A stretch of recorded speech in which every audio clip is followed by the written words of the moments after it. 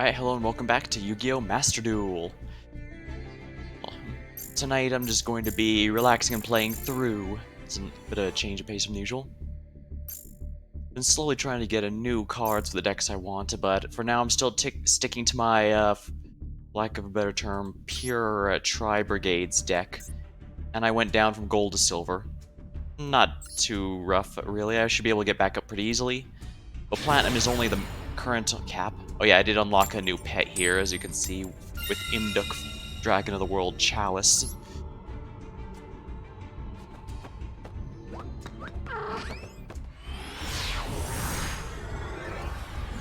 This deck might be a bit better going second, but I guess we'll see.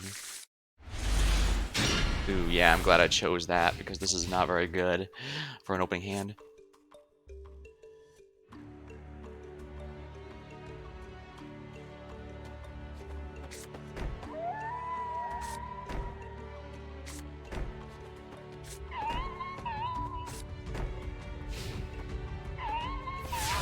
Imduk is adorable. Tri-Brigade time. Alright, if they're putting 5 in the back there, that highly suggests that this is a... Yeah, this is a Eldritch deck, isn't it?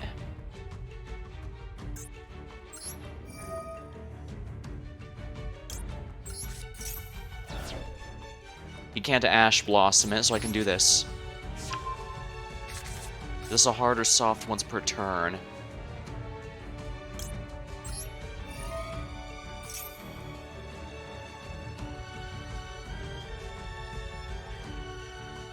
Well, for the moment, I'm going to be doing this. Yeah, put this one in here to protect my monsters. Activate this, send it to the graveyard. And I can send another one of these to the graveyard in order to get another one to my hand. And he can't have an Ash Blossom because he put all 5 of his cards face down.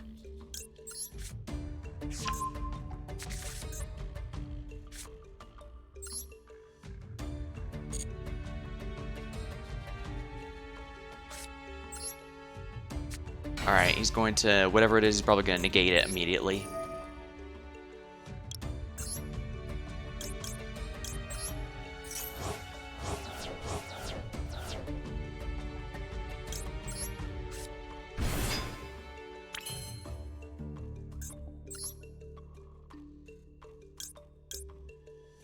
Alright, Link 4.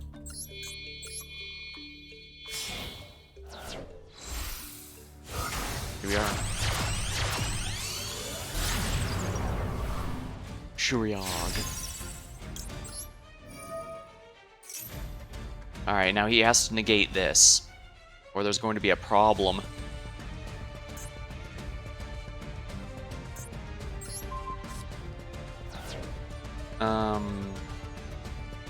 Okay. Are these all battle traps? Let's find out. They are not. I honestly have no idea. Yeah, this is a heavy back row deck. Is this just a stall deck? How strange.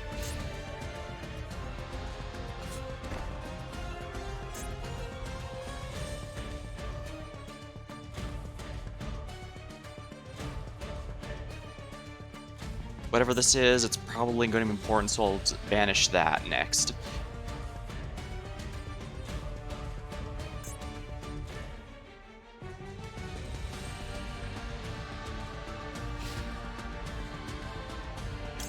Well, before you do that, buddy...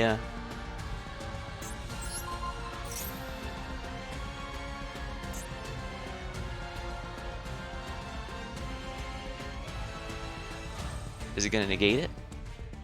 Or is he going to counter it, respond to it, or what? I generally don't know. Maybe he's running a Trap Tricks deck. No, if he was doing that, he would have,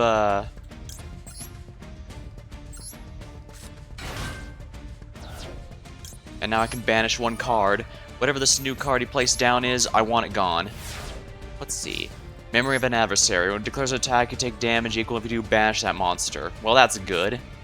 I'm glad I decided to do that.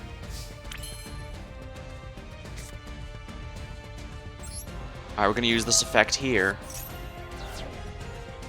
send Kit to the graveyard so that she can use her effect to send something else to the graveyard. Nerval next. Now we'll use Nerval's effect to get another card into my hand.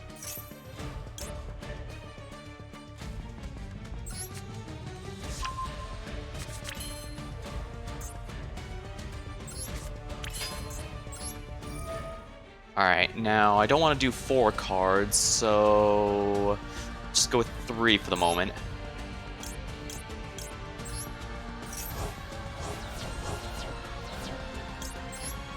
And we'll place him here. And now we get to banish another one of his cards, so let's see which one it is.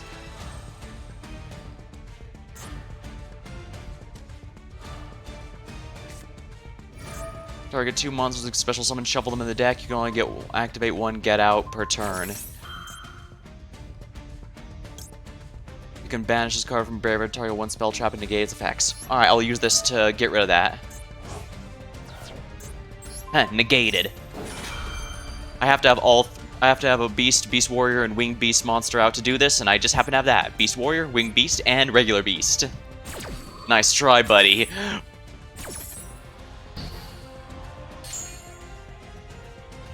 And whatever this one is, let's get rid of that. Dark Bribe. Not the best, but not the worst either.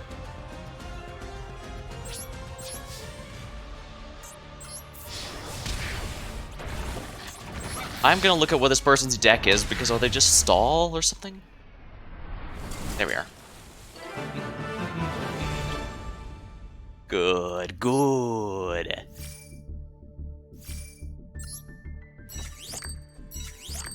Excellent. For being a guard dragon, Imduk sounds like a doggy. Alright, now, yeah, match history. What deck was that person using? Confirm opponent's deck. What is this exactly? Yeah, this was a stall deck.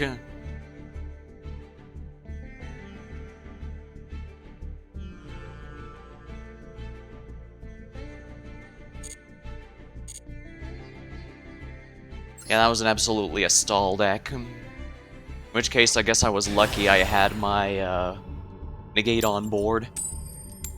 Straw Brigade doesn't have too many negates, but the ones it does have are quite useful, which is also why I tried to get the, one spell in the graveyard that protects my monsters from destruction. It's just a lot easier that way.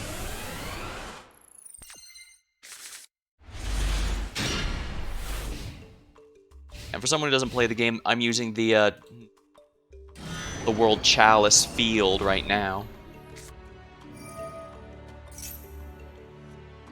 Now, what is this? Valhalla, you can special summon.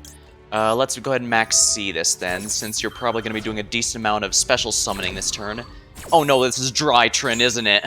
Oh, balls. I know people don't like Eldritch very much, but I personally find Drytins way more frustrating because they can negate as many times per turn as they darn well please. At least with Eldritch, they have to set their trap cards and stuff first. It's both a blessing and a curse that the best way to play is stuff that amounts to your opponent cannot play the game. Athena, if another fairy type is summoned, inflicts 6,000 damage to your opponent. Wow, I am really bricking. It's not awful. I can probably use Karas's effect to send Kit to the graveyard. But I have too many oaths. Is he going to take the Max C challenge? Oh, I see. He's using a burn deck.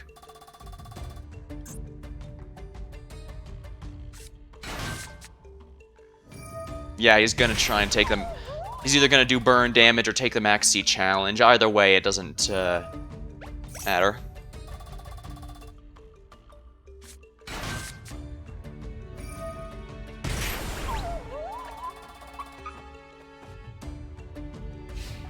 Interesting, just going into end phase like that?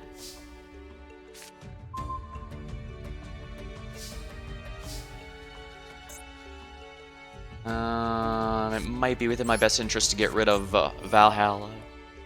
Just because he can go into a Link Summon or something, and I don't want to risk that. Might as well just place all these face down. I mean, he did decide not to take the Max C challenge.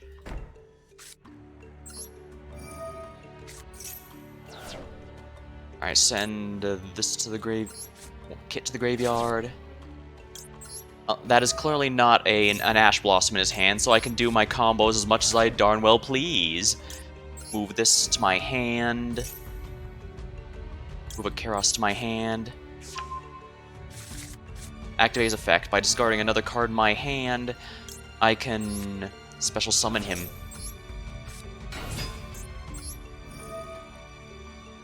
Yeah, 3 cards. 1, 2, 3.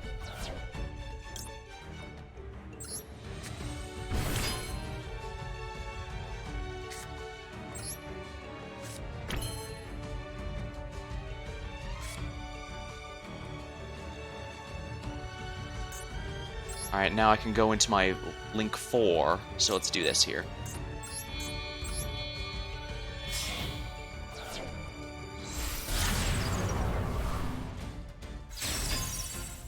First activate this effect to reduce the damage, then here because I'm gonna banish Athena.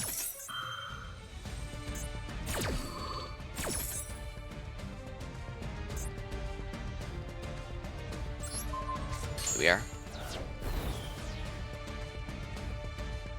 It doesn't have any monsters in there, so I can't just bring it back, but I can Monster Reborn my own Link monster, so you know what? Let's do precisely that.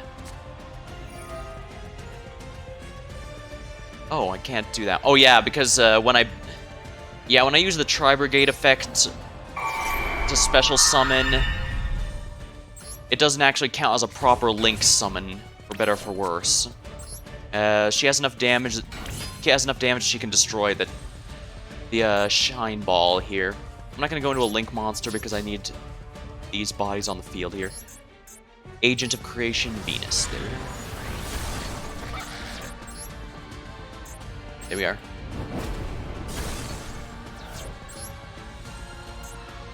Yeah, when the Tri-Brigades use their ability to special summon a Link monster from the graveyard, that doesn't count as a proper Link summon, so if it goes to the graveyard, you cannot resurrect it. I momentarily forgot that, but it's fine. As long as I have another body, another warm body on the field, I can clear out his field. Okay, there we are.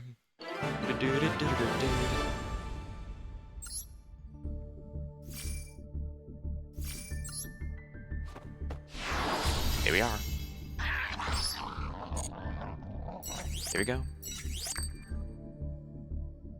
Oh, nice, I leveled up. Alright, we're gonna go again. There we are. The matches aren't taking too long early on. That's good. Just be warned that, unlike Duel Links, matches in this game can actually take a little while. It's both a blessing and a curse, honestly. I like both these formats. On that note, if you're more of a fan of Duel Links, I might be able to do some more matches of them. There's no responsive game server. I'm gonna be honest, this game has actually had more connection issues than Duel Links, and for the record, Duel Links has had so many connection problems lately. There's a meme going around that Konami's microwaves ruin it, based on a joke, based on where they blamed the disconnects on appliances in the house that couldn't interfere with the connections like microwaves. But yeah, Master Duel has had way more than even Duel Links, and that really says something. Don't take it to me as me being nice to Duel Links. Take it as me being particularly harsh to Master Duel, because holy crap, Konami, fix your damn servers. There's been a lot of complaints that the game's running low on content, and I can kind of understand that. Duel. Oh, nice, storming. I know battle traps aren't really popular or honestly all that great, but I like having at least one. They're usually not worth it, but it does also have the caveat that it does mean many aren't going to be seriously expecting them, since most decks can do better things.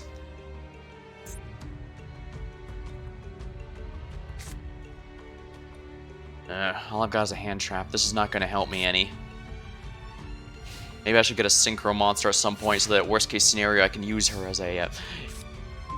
Really? Probably gonna think I'm playing Eldritch with all these.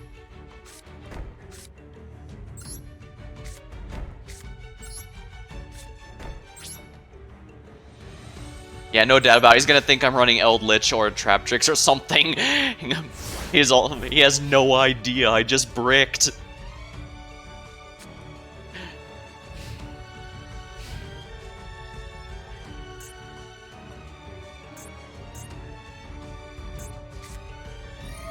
Oh no, normal a Numeron.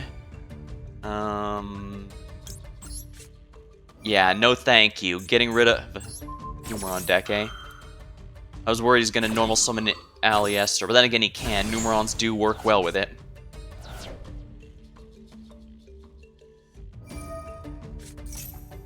Numeron wall. Oh dang.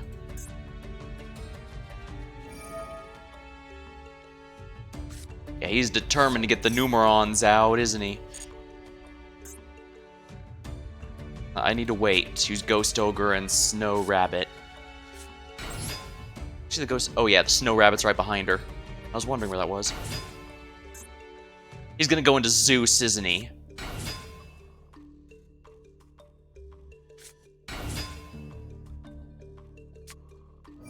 Limiter removal. Okay, little does he realize I'm actually prepared for this. This is an OTK, if not for my Storming Mirror Force.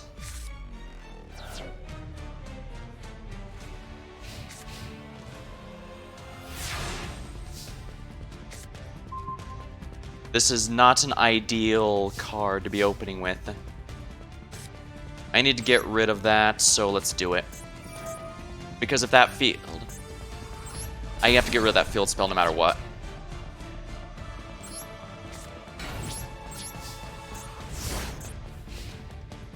Alright, if he destroys this by battle, that's fine because I get a new card in my hand, but if he OTKs me, there's not much I can do about that. Of course, he could use another Numeron wall to get the field spell, because there's no question he has 3 copies of that in his deck, and I've only destroyed 2.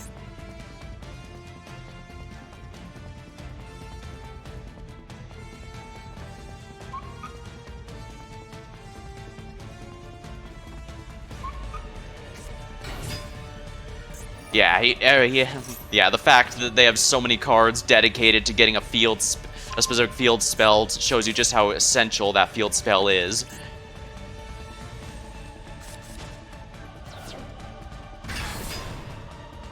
Well, thank you for this at least.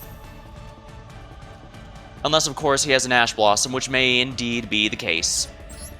No, either he doesn't, or he's saving it. Which may be true. Now that he knows this is Tri-Brigade, he knows.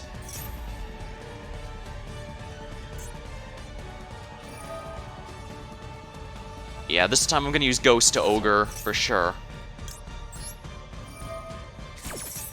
Ghost Ogre negate his field spell.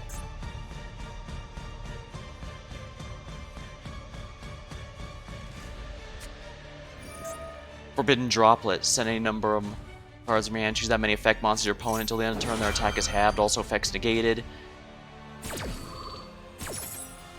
The opponent cannot play cards in response to this one.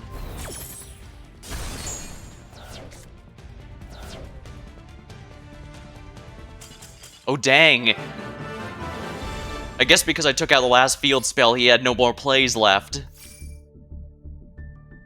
Ghost Ogre isn't the most popular hand trap, but I quite like it.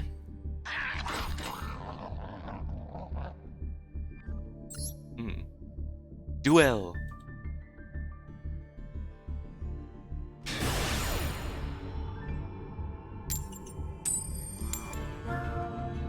Your opponent is choosing.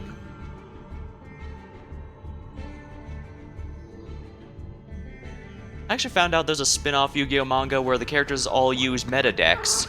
I think it's Yu-Gi-Oh OCG Structure or something like that. Yu-Gi-Oh Structure. It's, like I said, it's a manga. And they use stuff like Eldritch and the Drytons and stuff like that. Pretty neat, I think.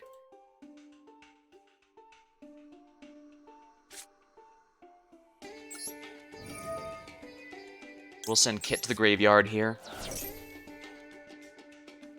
Max C, huh?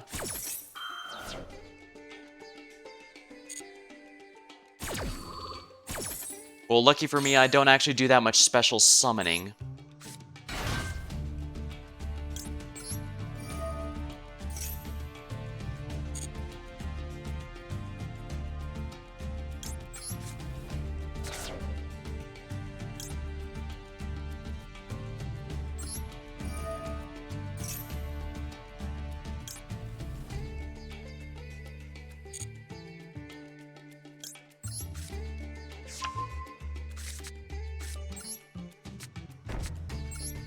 I have an Ash Blossom, so I should theoretically be able to handle most of what they throw at me. One special summon for a draw is really annoying to have to deal with, but it's not too big of an issue.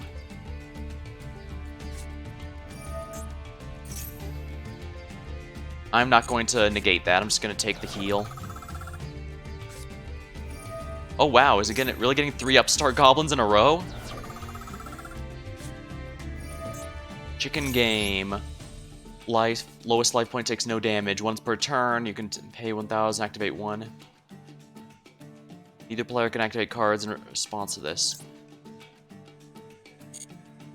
Don't want to do that yet. But I will need to get rid of that if I want to deal any damage. Draw one card. Oh, it's a 6 Samurai deck. Well, I need the card draw, so I guess I can't say no to that. It does suck a little, but there's not much I can do about it, I'm afraid. Alright, what's this here? The equipped monster gains 0 attack. You can target one other bamboo sword and return to the hand. Oh my, curse him. Dark World Dealings. Discard 1 card.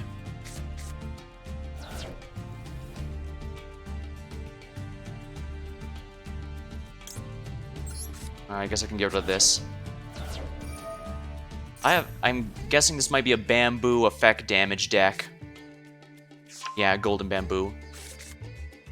This is an interesting... I've only ever seen that in Duel Links, which, oh, I see what he's doing, yeah. Each time a spell card is activated, place 1 spell counter. Remove 3 counters and draw a card.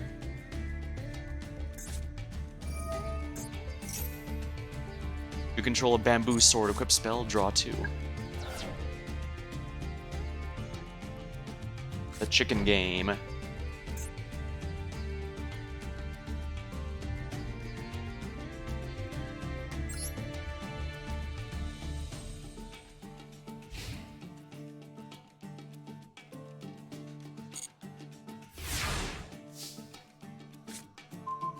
Ash Blossom.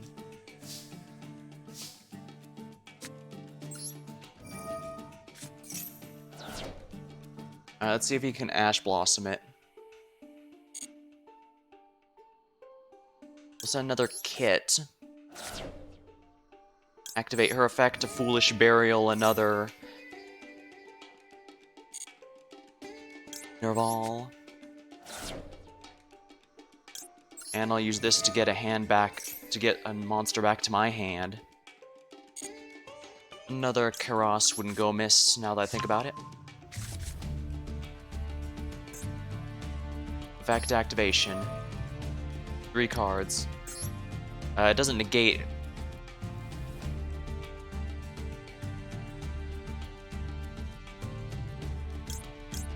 Here.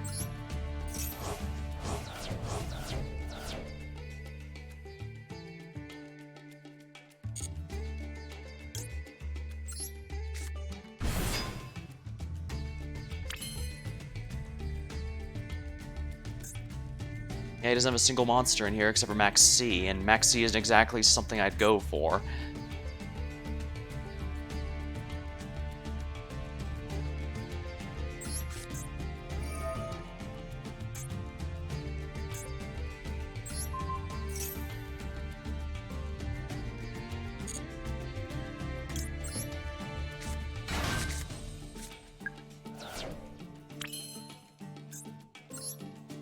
I need to go into my 4, but do I want to get rid of that or play it safe and eliminate the library?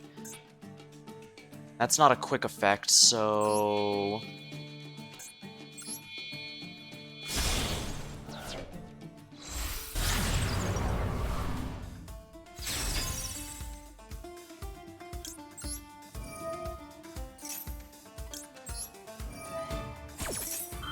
Alright, yeah, let's get rid of whatever this back row is. I should get rid of chicken game, but whatever this is, I'm too concerned about that.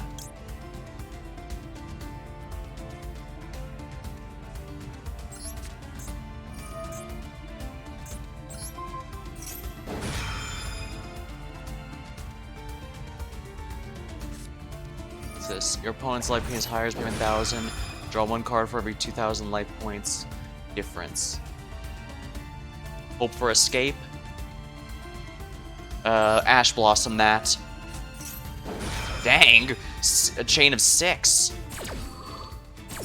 Alright, negate hope for escape. Good, he doesn't get any more draws.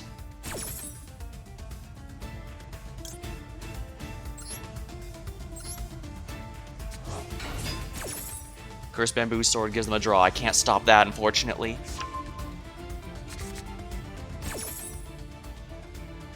Select a card to banish. Chicken game. Use attack down.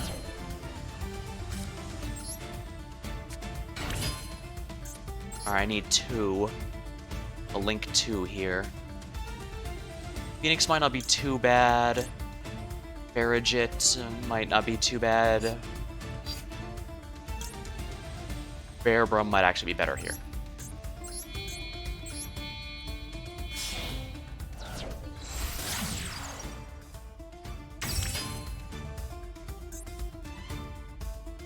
Beast, Wing Beast. So I need a Beast Warrior. Let's do this. Monster Reborn to get a Beast Warrior back. And, let's see here. Oh, I don't have a Beast Warrior. Dang.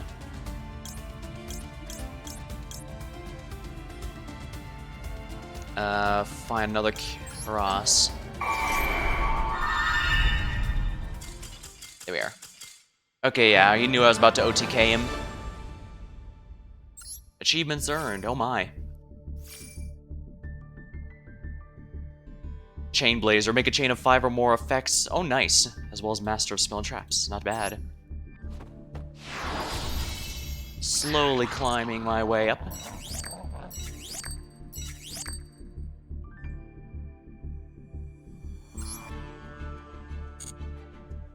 I should probably gather all these missions here while I'm here.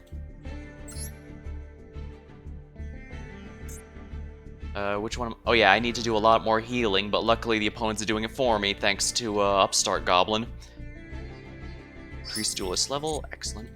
And we'll take all these. 190, not bad. I'll have to do some solo mode duels later, but I'm not too bothered. Alright, next up, Duel. Season 2.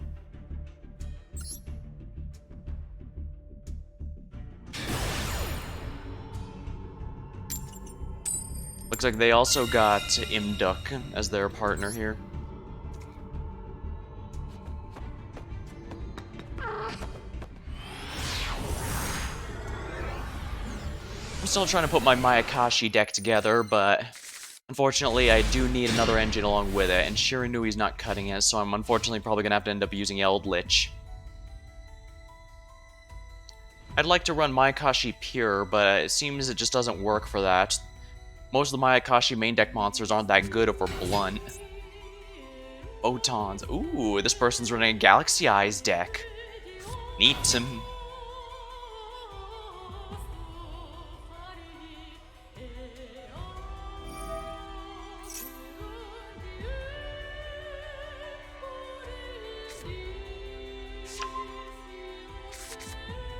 Galaxy Eyes, Photon Dragon.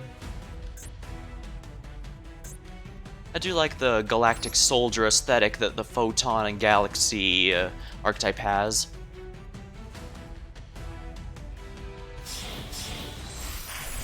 Starliege Lord Galaxion. Man, how many times have I seen this combo in Duel Links? Sorry for constantly bringing that up, but I only recently got back into the main card game stuff.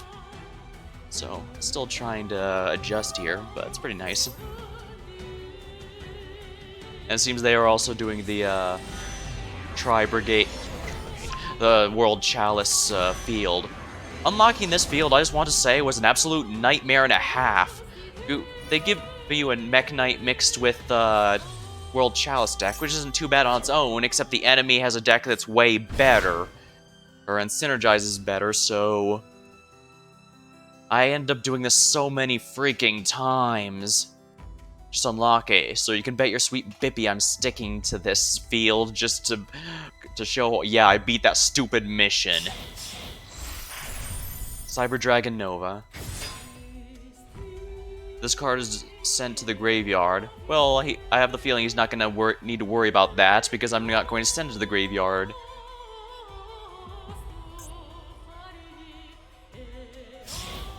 Oh, no, Cyber Dragon Infinity. Of course, why would he not use this one? He can negate as many things as he likes. Once per turn, target one face attack position. When a card effect is activated, negate the activation. That's a quick effect. Basically, has a quick effect negation, and he can also swallow any enemy, a monster in attack position, which is obviously going to be pretty much all of them, since you usually only have monsters in defense position if you're turtling or a card requires it. Galaxy Eyes.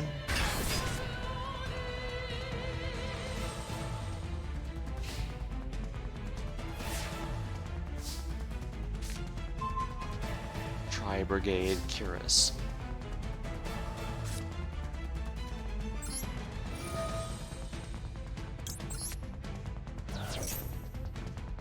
Alright, is it going to negate it? Detach material and then negate it. Could you destroy it?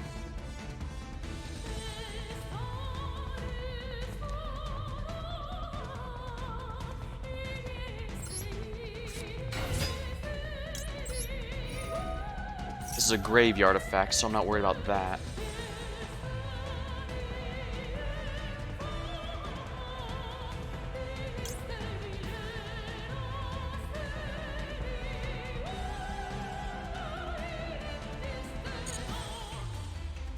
Send to the graveyard. Nerval. Now I can use his to get a card to my hand.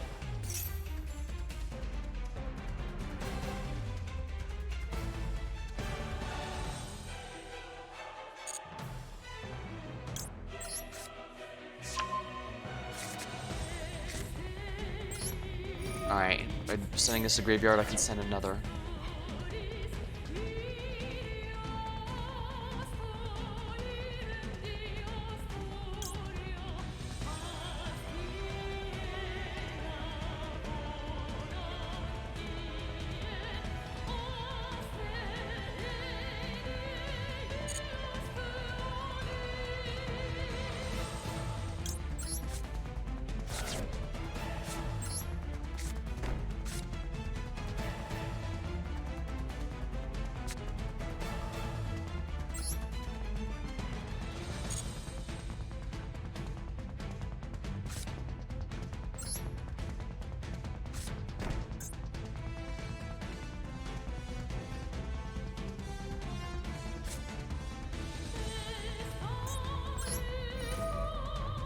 Cards. Now he's probably going to negate that with Infinity, or if not, he might be waiting until I bring out the big boss monster in order to negate it. Yep.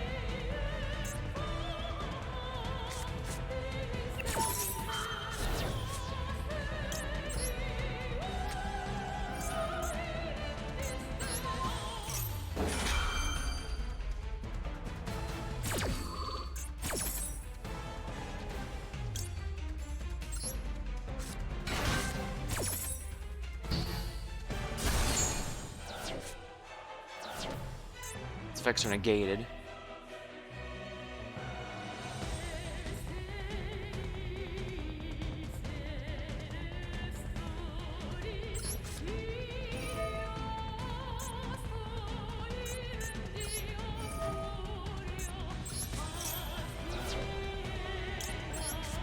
Now, did I already use up my normal summon, or did I use the special summon? I did not use up my normal summon. Oh, wonderful.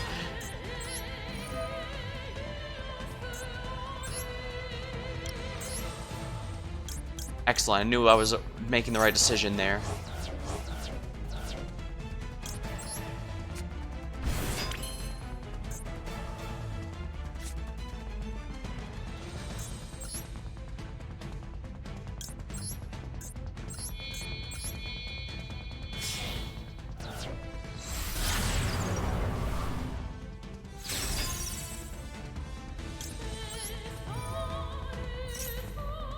I'm gonna banish Cyber Dragon Infinity.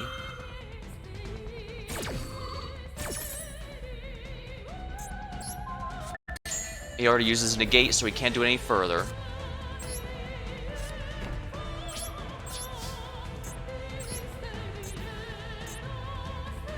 Take out the Xyz monster. There we are.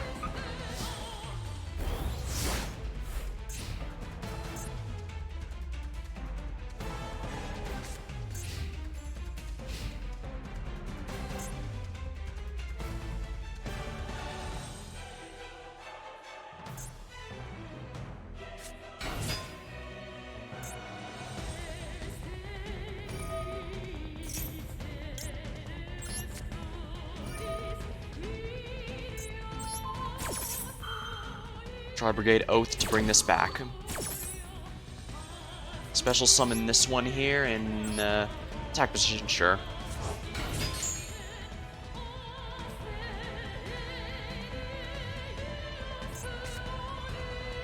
Galaxy Eyes, eh? And now I can use this effect. Banish this Galaxy Eyes. He can bring out another, but what matters is his life is going to be a bit more frustrating. Okay, yeah, he gave up.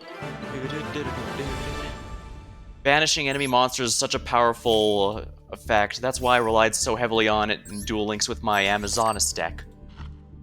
I thought about making Amazonas in here again, but for better or for worse, because I knew it would start generous and then become stingy with rewards, I figure I should really stick to a meta deck first, especially one that allows me to experiment, and so that's why I ended up settling on Tri-Brigade before. Even though my Kashis and zombies are fun, I figure, well, zombies are only splashable with other zombies, while Tri-Brigade is splashable with any deck that uses beasts, beast warriors, and wing beasts. So I figure that would be more ideal.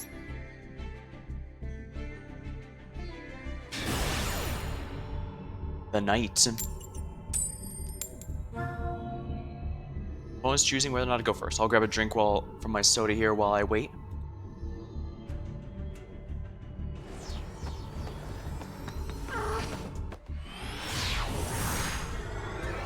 Ah, there we go.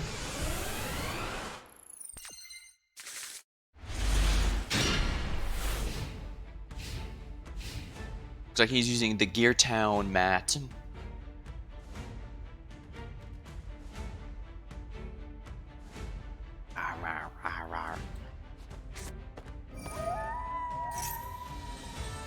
Increase your life points by 1,000? What? Oh no, are they Arrow Mages? Arrow Mages are going to be frustrating to have to work with. Or maybe he bricked. Blade Knight. Gains 400 while you have one or less cards in your hand. If you have no other monsters, the effect of monsters is destroyed. Huh. Is this guy using an old school Yu-Gi-Oh deck? Because that's pretty cool if so. And also bad for me because most of my hand traps won't actually work on him.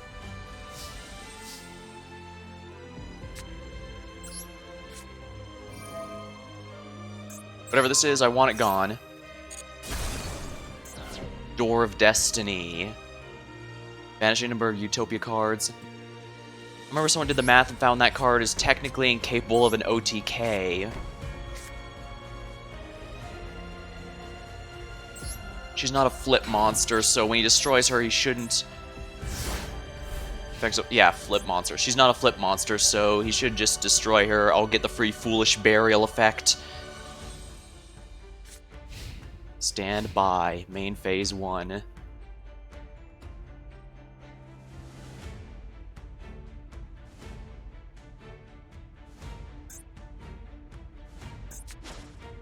Oh my, he's tribute summoning.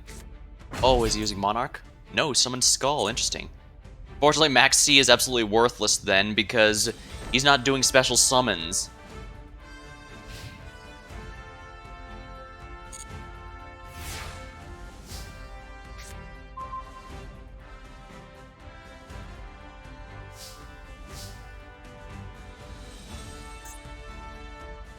Let's see here. Do I have any... What discards 2 cards here?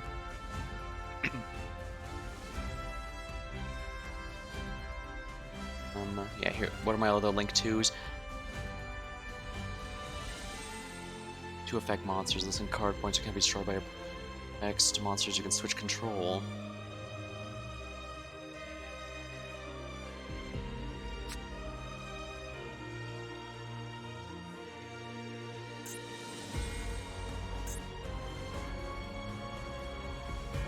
I guess I could go into a Dark Mist, since, well, if he's using a basic... You know what, let's do that.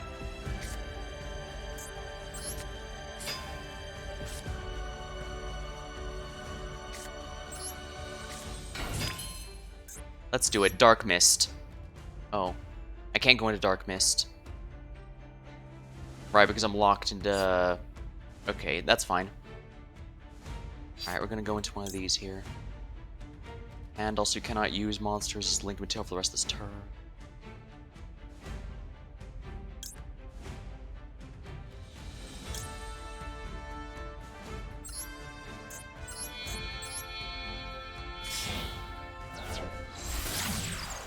Barrage. Revolt. We're gonna use this here.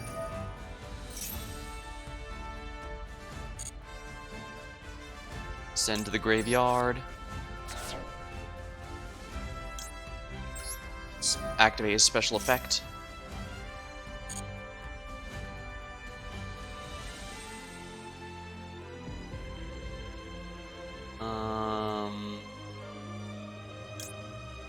Karos, if you please. Add 3 in there, so...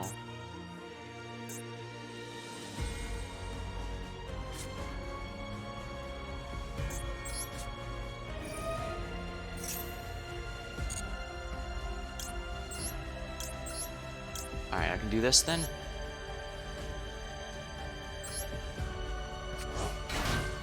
And because this is a proper Link summon, I can Monster Reborn if he manages to destroy it.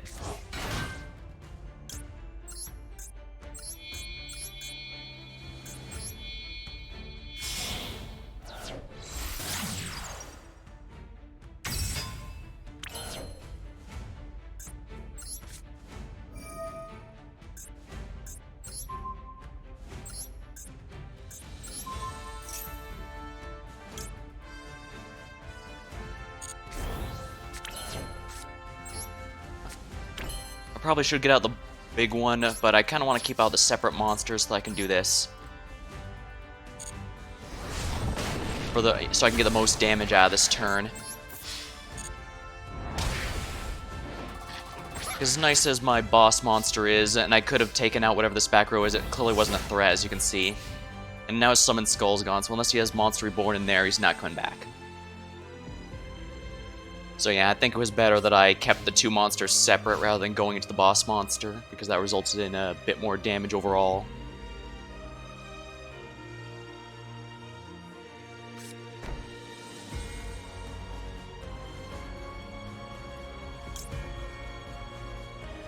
In a graveyard, but negates effect, return to the hand.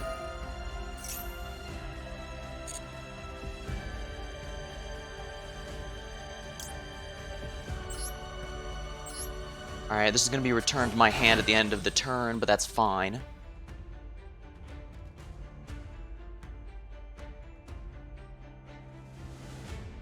I can use Karos to discard Kit in the next turn once she returns to my hand. Monster Reborn. Activate effect. By discarding another monster in my hand, I can special summon him. I can also use Kit here in order to get my, let's Foolish Burial some more of these then.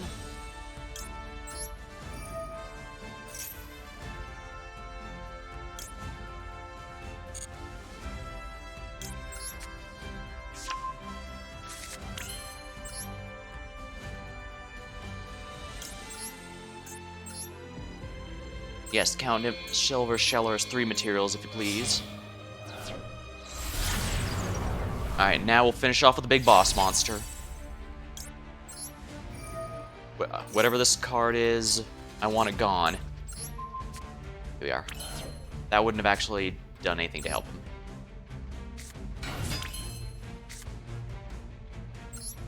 Alright, Monster Reborn. Because I properly link summoned Rugel here, I couldn't use him again.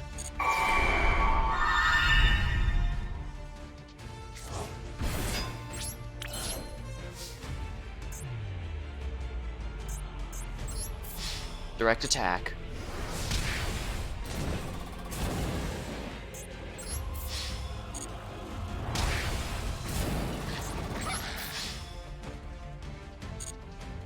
There we are.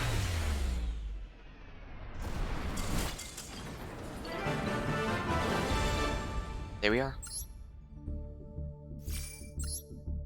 Rank up to Silver 2, excellent.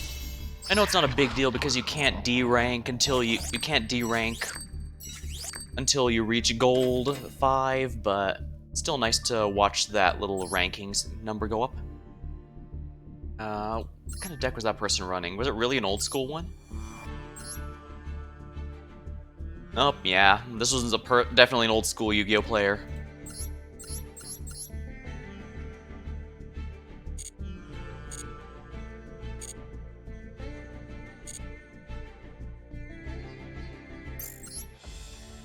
Alright, let's take a short...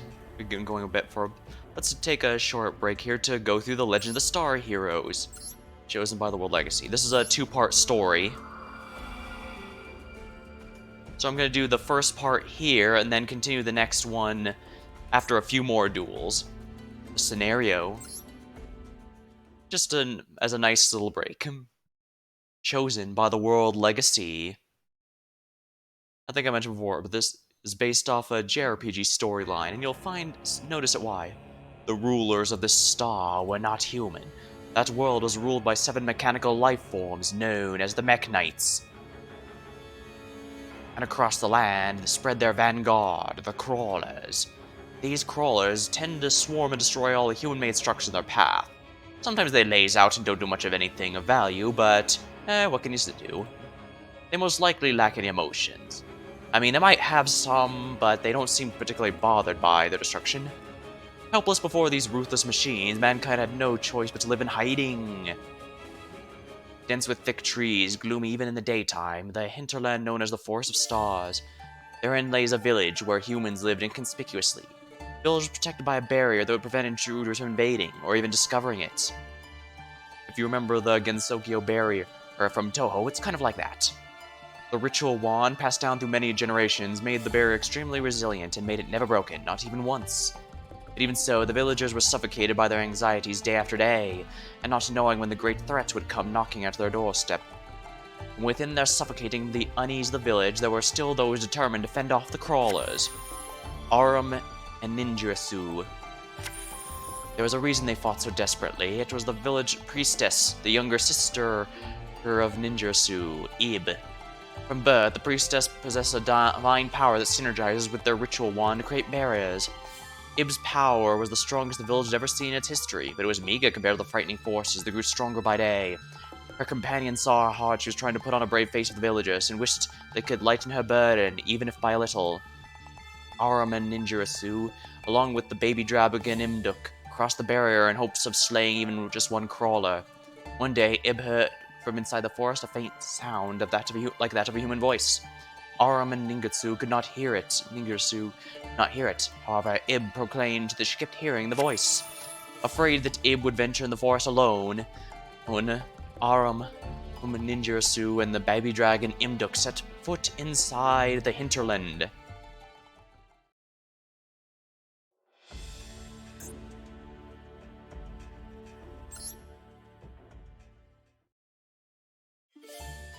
The sun had already set, leaving only starlight to guide them. The scent of trees and soil hung cold in the air. Though her footing was unsure, Ib ventured in the forest as if she was being guided. Careful not to lose sight of her, the three looked out for any Crawlers as they followed her. Suddenly, with an abrupt shriek, Ib vanished before their eyes. Rushing to the place where they last saw her, they saw Ib had fallen off of a low cliff. It appeared Ib had been so spellbound in the direction of the voice she did not notice there was no ground before her. The three descended the cliff and were relieved to find Ib uninjured. Before their eyes, a mysterious structure appeared. If it had been there before, they would have noticed it, but as if the structure had been there for 100 years, it was Ensconced? Oh wow, that's a $5 word I haven't seen before. In trees and entwined with ivy, they nervously approached the building. When Ib held her the wand Ib held in her hand glowed, and the building started to rumble as if in response. A mighty light radiated from the building, blowing aside the trees and cloaking everything in a blinding light. Even with their eyelids closed, the light pierced mercilessly through. When they finally opened their eyes, a fairy fluttered in the air before them. The fairy spoke to the startled party. I am Lee, the World Chalice Fairy, a spirit that has been sealed inside the building that released the bright light known as the World Legacy World Chalice. In previous times, it was her duty to guide mankind, but it was obstructed by the Mechanites. For many years, she had been waiting for a world hero capable of activating the World Chalice. And that they were those world heroes. Please lend me your strength and gather the scattered starlight and save the world from the great darkness, she spoke. Almost looks like a hologram with those little star thingies hovering around her. Or maybe they're needed to keep her physical form. Though bewildered by Lee's story, Aram and the group were moved by her earnestness and decided to lend a hand. And this is how they became their Link monster forms. Hearing their resolve, the fairy Lee smiled and bestowed upon them the powers of the awakened World Chalice.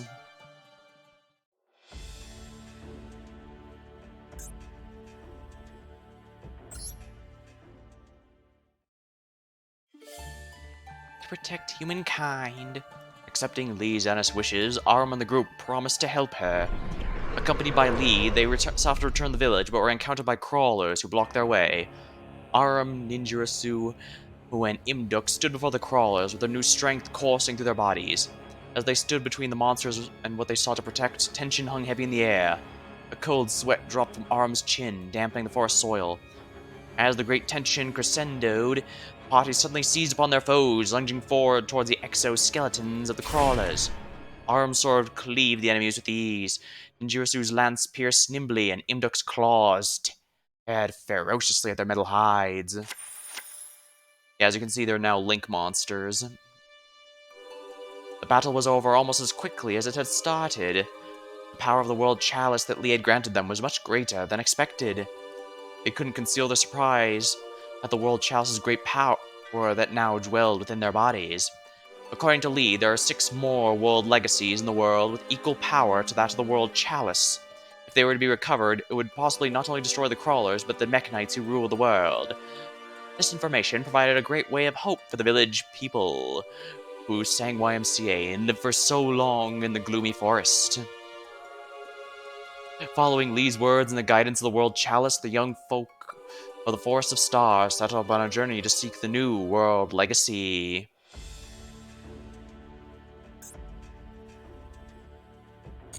That was the one I just did, so this one's next.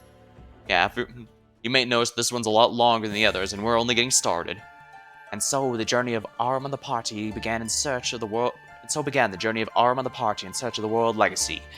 All the party was on a mission to save the world. As their first time in the outside world, everything they saw and heard felt fresh and vivid.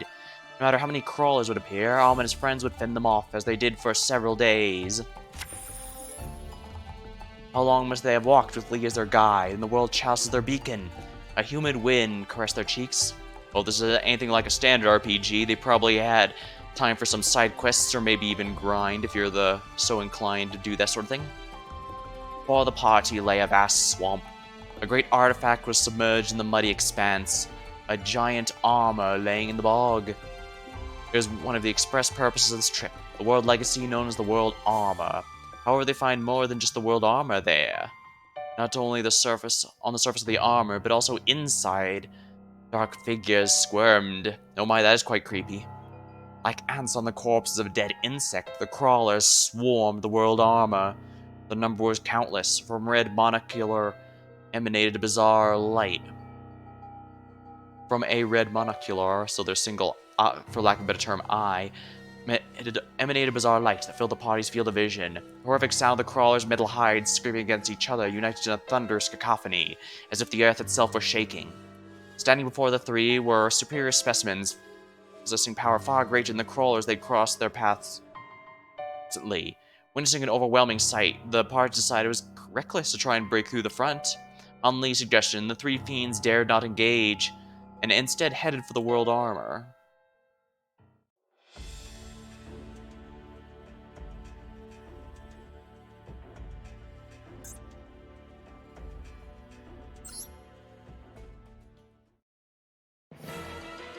With the world armor in front of them, Arm's party became blocked by a swarm of crawlers.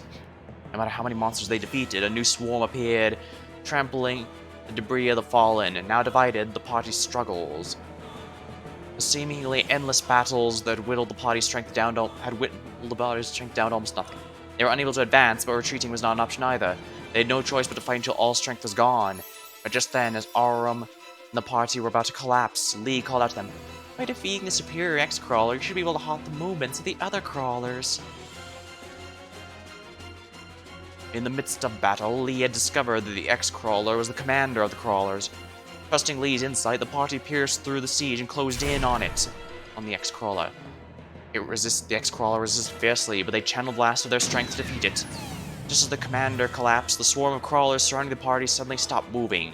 Greatly wounded, Arum and the party finally arrived under the world armor, but there was more than just crawlers there.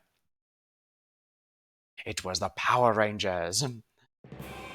The 7 colors of light suddenly shone from the heavens. There appeared the 7 knights. Figures before them were metallic, and emitted a radiant glow that enveloped their bodies in a lustrous light. Mech knights who ruled over mankind, and all the world had now descended upon this very place. Arum and his friends found it difficult to describe the figures' mortal words, and it could only stand frozen in their otherworldly presence. And then suddenly the mech knights reached out their hands out silently. A mysterious energy sprung forth from their hands and began to shroud Ib. Ib was exhausted. No. A better way to describe it would say she was completely spent. The magical barrier provided by Ib had no resistance to the force field. The rest of the party desperately struggled to rescue Ib. However, with the same light from which they appeared, Ib and the 7 knights vanished without a trace. They cautioned of the danger of Ib's wand, and if Ib's wand were stolen, and the other world legacies were to fall into the wrong hands. Arum and his comrades set out to rescue Ib and recover the next world legacy. Alright. I'll put that little cliffhanger here and head back to the, Oh, what's this? Oh, activate a trap card rank duel. There we are. I'll leave here and do some more dueling. If you want to, if you're watching this on Twitch or YouTube at the VOD here after I'm done, you can simply look it up on. You can simply skip to the time when I go back to it if you only want to see the story. But for now, we're going to do a few more duels. Maybe try and get to rank 10. Try rank 10 to gold rank. Invader Slim. Probably gonna be dangerous to go second, but especially if he really is running Cyber Dragons.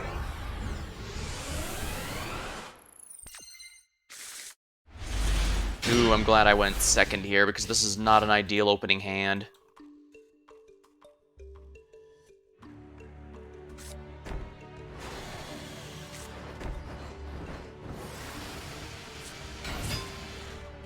Oh, Gladiator Beasts, interesting.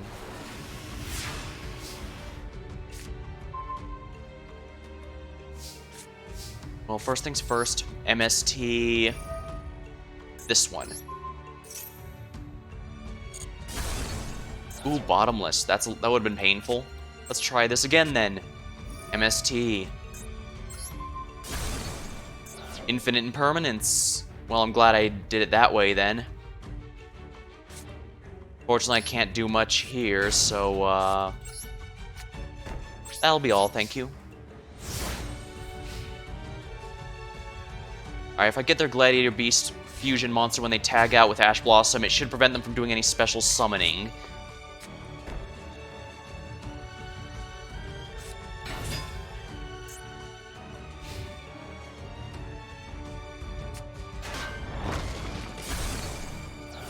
Alright, Alright, we'll use Kit's effect to get a monster into the graveyard. Nerval will be ideal, actually.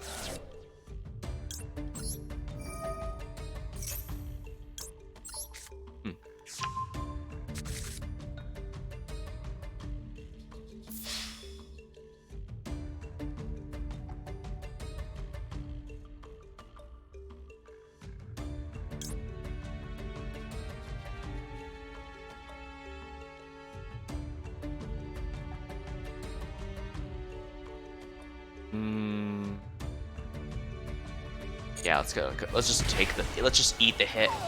It's kind of painful, but.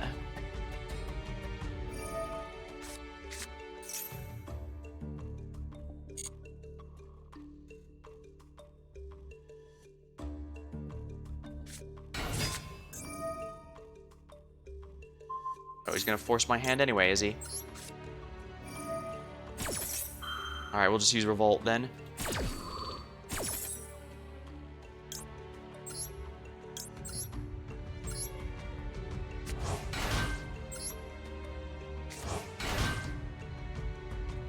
Alright.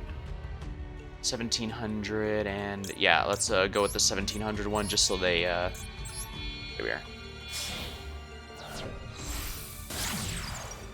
There is, now he can't attack. Now he can't attack with his Gladiator Beast here, or else it'll be destroyed.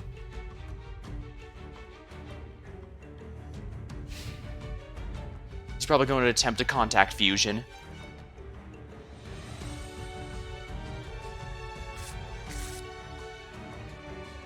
Yep, a Contact Fusion it is.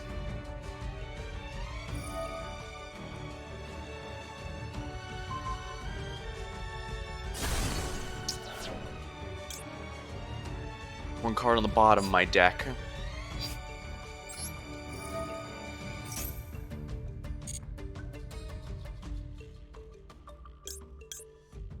Add cards from a deck to my hand.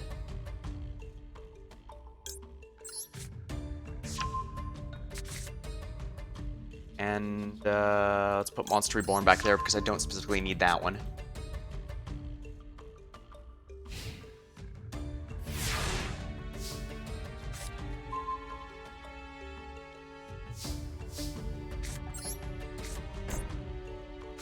Alright, use Fractal's effect here.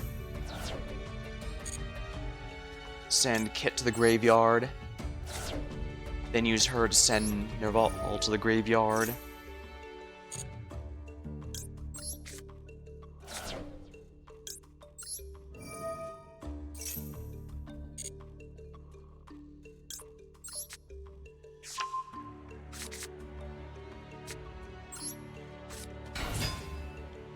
Alright, that must be a trap hole of some sort.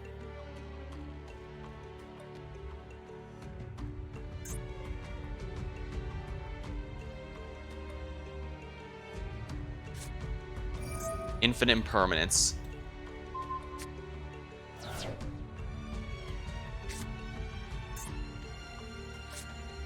I'm not worried.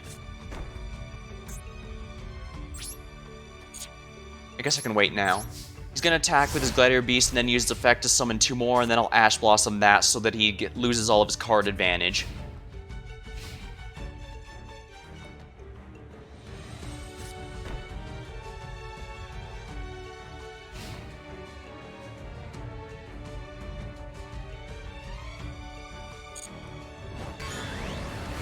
Ow.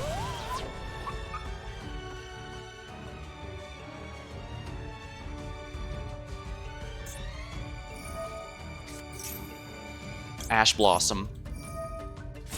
There we go. You don't get any of your monsters. You just lost all of your card advantage, my friend.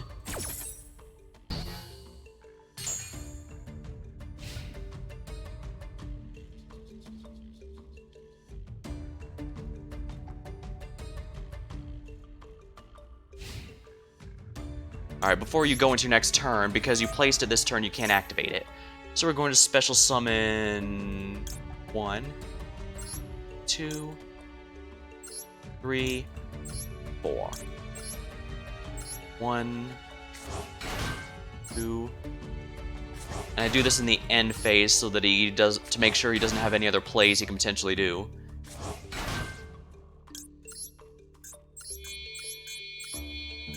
And this also means I can banish this card while he can't activate it, since you can't activate a card that works on the opponent's turn during the turn you activate it. You set it, I mean. Alright, first to banish. We'll Foolish Burial a bit more, and then we'll get a card in my hand.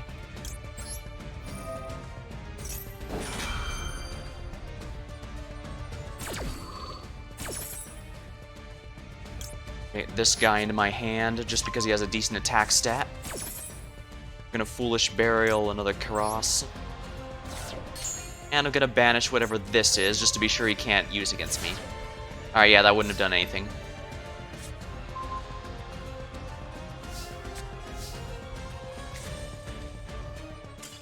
Alright, you just quit.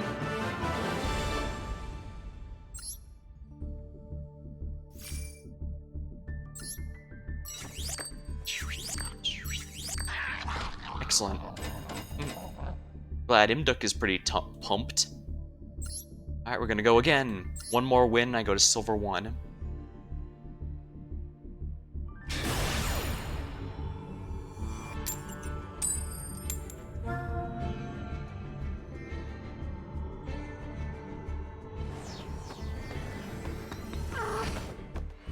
I do like that the deck masters, no, mates, the pets, yeah, they're pets regardless of what the game insists they're actually called. The pets have some decent variety of older and newer monsters. Kind of surprised they don't have ones like Blue Eyes or Red Eyes, though. But I guess they do have Dark Magician. And the Pot of Greed.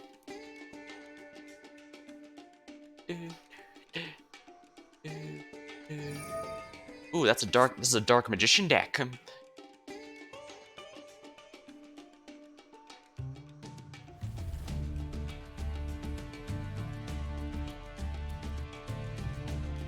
Magician's Souls.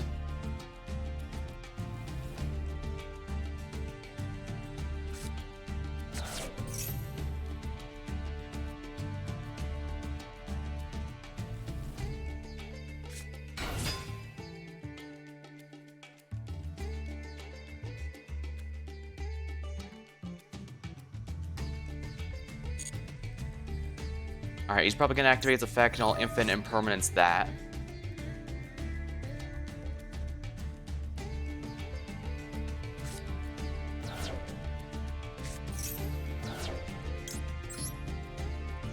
Alright, we'll infinite impermanence his monster now so that he doesn't get to draw those 2 cards. You're just going...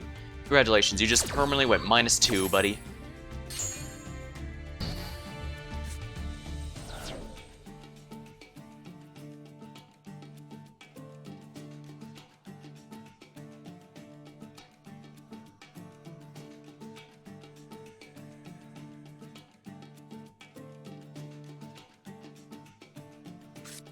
Little does he know I actually don't have any plays I can make right now. I need a monster, any monster. This is not a good card. Yeah, I just completely bricked here.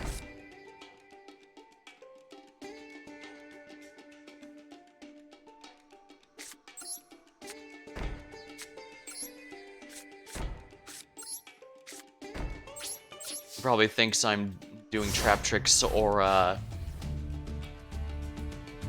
Eldritch or something. Nope, I'm a Tri-Brigade who somehow managed to brick. This deck is actually really quite consistent a lot of the time. It's just, sometimes just get unlucky. But I guess that's the nature of a card game. Sometimes you get nothing but paperweights in your hand.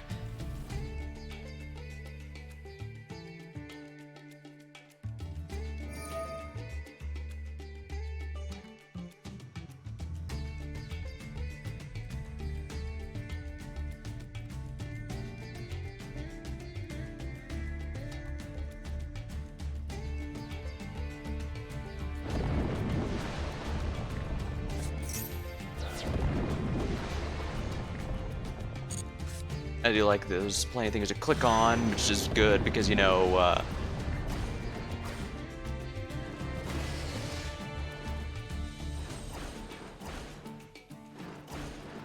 Sherlock's whipping his tail back and forth.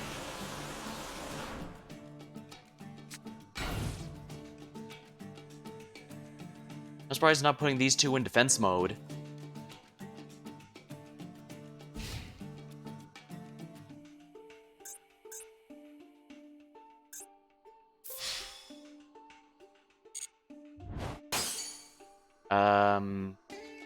Not sure what he's hoping there. Was he hoping I'd reveal some oh yeah, he's trying to see if I have battle destruction that could affect his Dark Magicians.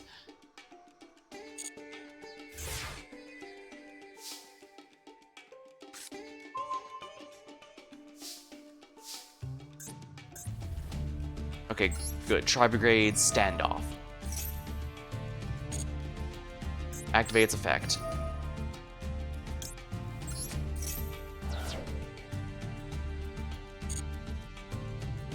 Add from my deck to my hand, Fractal. And I can also add a card from my deck to my hand, so let's do precisely that.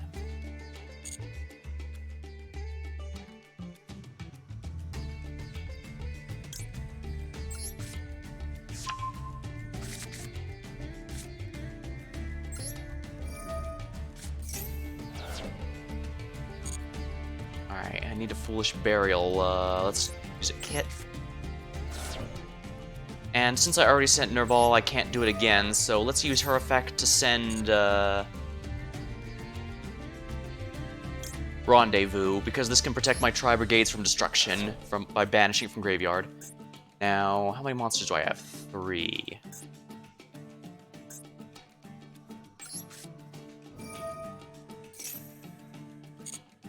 Alright. 1, 2, 3. Probably should have done this next turn. Nah, it's fine. Yeah, I should have done it next turn, because I can actually use this from banishment. Oh well. Live and learn.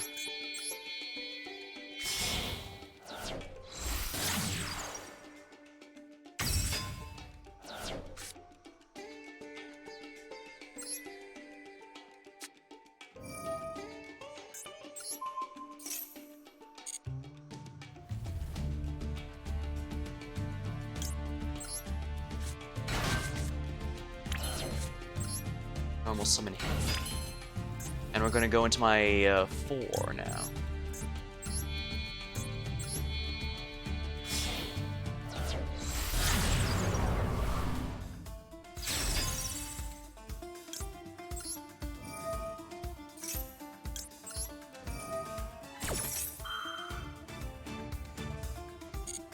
Now what should I banish here?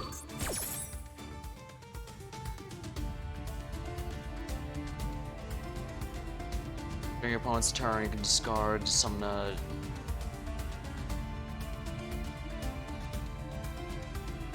know what? This one's face down, so I fear it. Let's do that.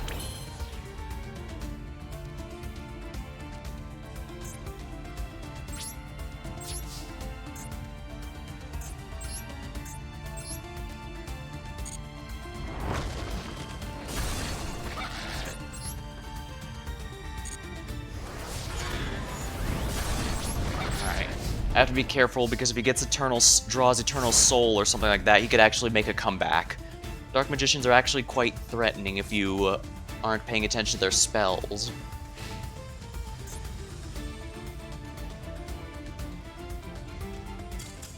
Okay, just quit. I do believe this means I'll rank up as well. Excellent. Excellent. Glad Imduk's feeling pretty pumped about it too. Wow, these are useless.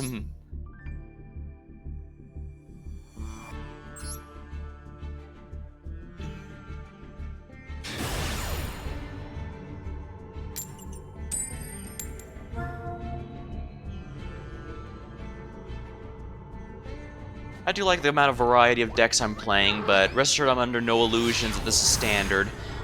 Like with Duel Links, it's only in lower parts do you see people using whatever decks.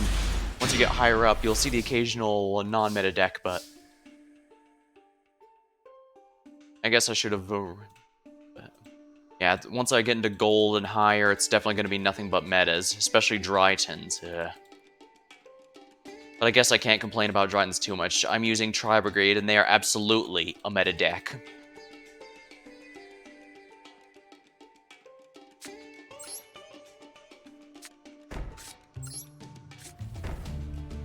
Yeah, I've got not much here, so... Don't ask how I didn't realize it was... Don't ask me how I forgot that I was going first already. I'm as embarrassed as anyone. But hey, at least I could, at least it made it look like I had something... I might have something good in my hand.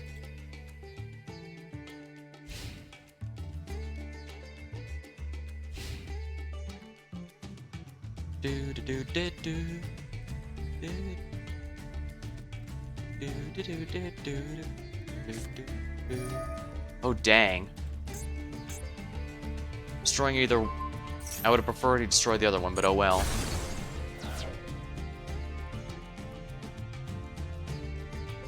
Then again, unless you can OTK me this turn, I'm going to be crushing his field, so... Oh, he's using a Synchron deck. Must be a fan of Yusei. Well, I can't blame him. Of all the Yu-Gi-Oh! Protagonists, I think Yusei and Yusaku are my favorites, the calmer protagonists.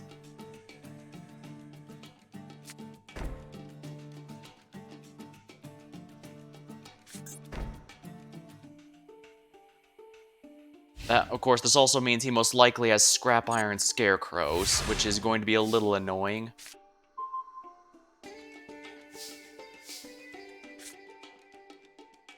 I am really in bad shape here. I'm not getting a single monster needed to get this going. And I'm better off saving my Raigeki for when he brings out his big boss monster. Then again, if it's Stardust, Stardust protects from card effect destruction like Raigeki. That's gonna be a little annoying. Rhoda.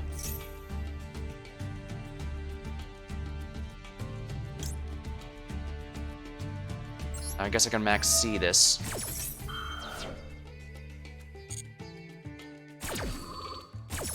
Probably gonna try and get a Stardust, yeah, immediately. Which is gonna suck for me, I can tell you that much.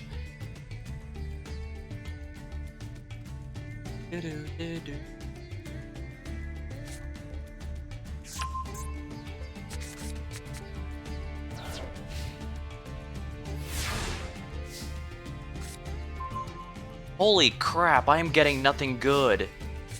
Let's just get rid of his monsters here.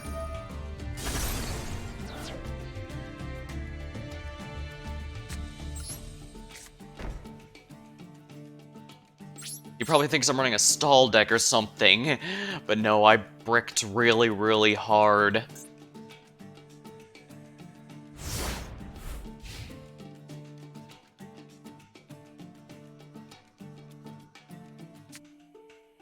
I really do like the prismatic effects this game uses. Maybe, in fact, maybe that's why he decided to make a junk Synchron deck.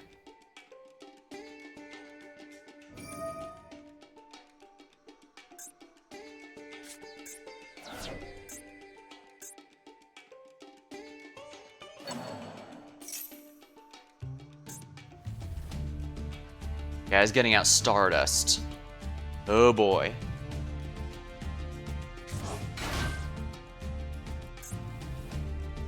Now, does that change its level or just its name? Junk Warrior.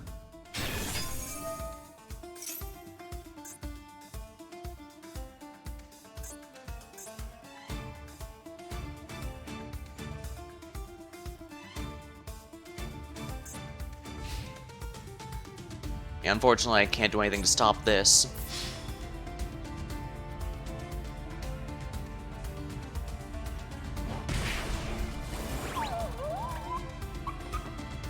Sorry, Imduk, I don't have any cards to stop this. Wow. I'm gonna be honest here, I don't think I have any choice but to do this. Because I have absolutely no defenses. I can Ash Blossom maybe try to do another search, so I'm keeping that for sure, but...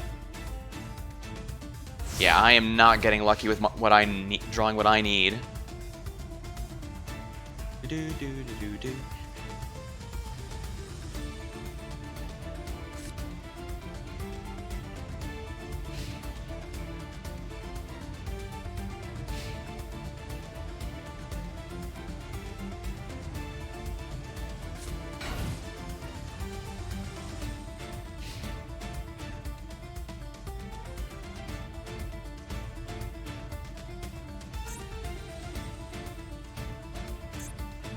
Upon destroying that, he's either gonna think, oh crap, it's a zombie deck, or wow, he's so desperate he had to put down a hand trap.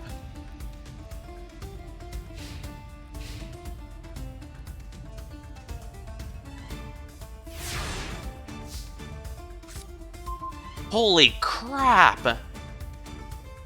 I have absolutely nothing. Yeah, this does absolute jack for me. Are all my spells and traps right here on the top of the deck? Are all my monsters at the bottom?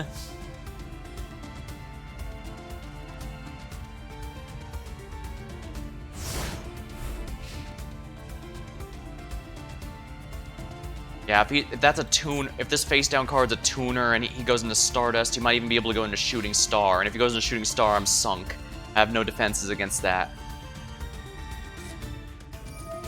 Yeah, he's about to go into Shooting Star Dragon. I can't stop him.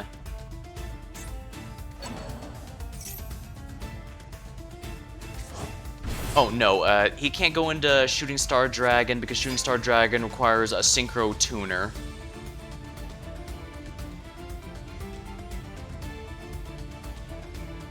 He can go into regular Stardust, however.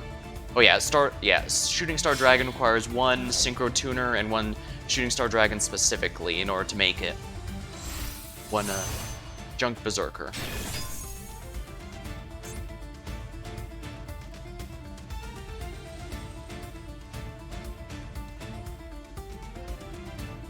$5,000, yeah.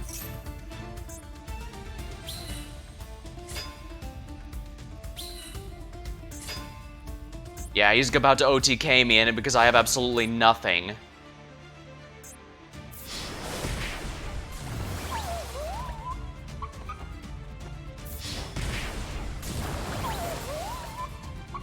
And I think one of the benefits of a deck with no high-level monsters is supposed to be the fact it's so unlikely to brick. Wait, did he not finish me off?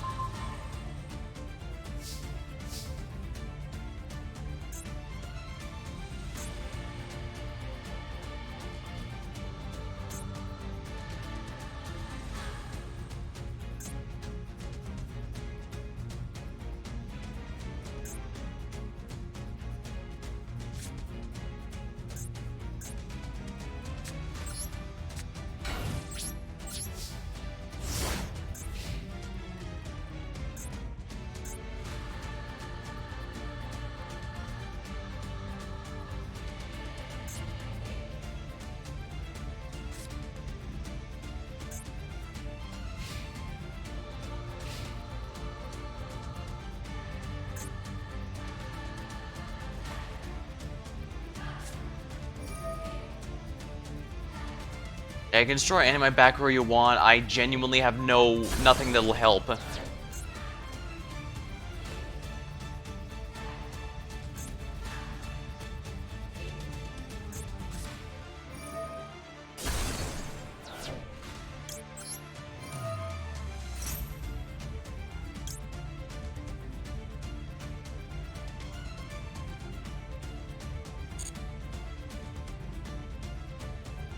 Deck to hand. I don't think it matters. I can't really do anything to stop it now.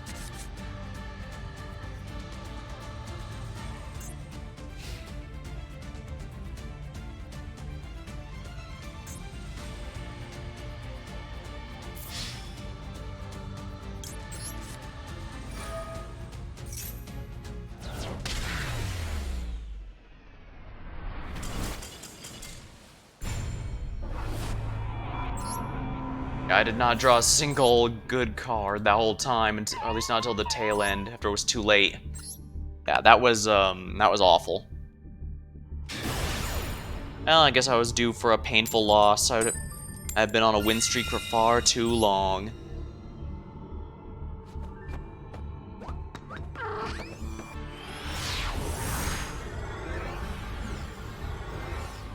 Speaking of which, I wonder if they'll add the other rescue animals, since you start with Rescue Rabbit. There's Rescue Cat, Rescue Hamster... Oh, what is with them giving me nothing but spell or trap card opening hands? Or...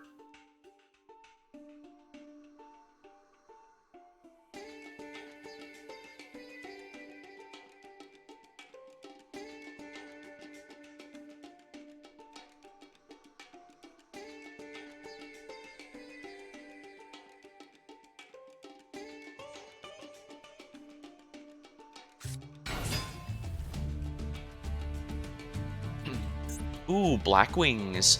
Blackwings have always been a fan favorite, and they are really good at nuking with massive damage.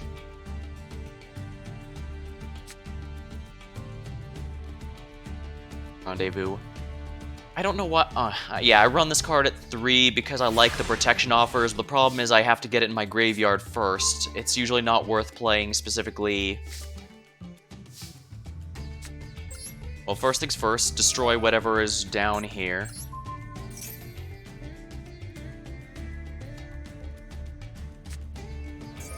Metalmorph.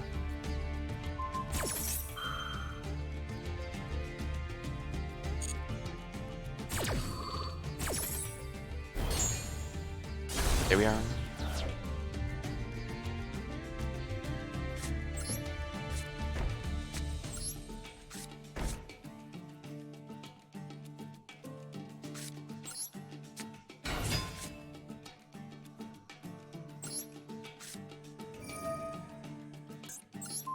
It's a regular beast, so...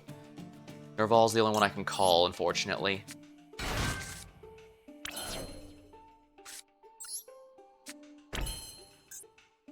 Alright, I need a Link 2 here. What's a good Link 2?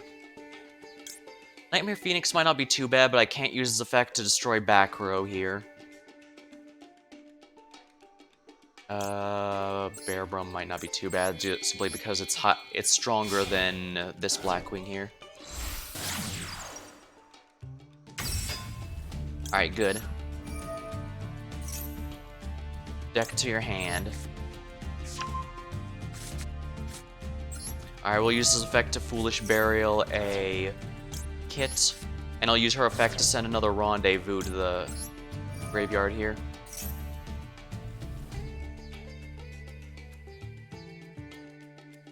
Here. We'll send that to the graveyard so that I have decent protection here. There we are. She's slightly stronger, and I was able to take that out. Good, good, good, good, good.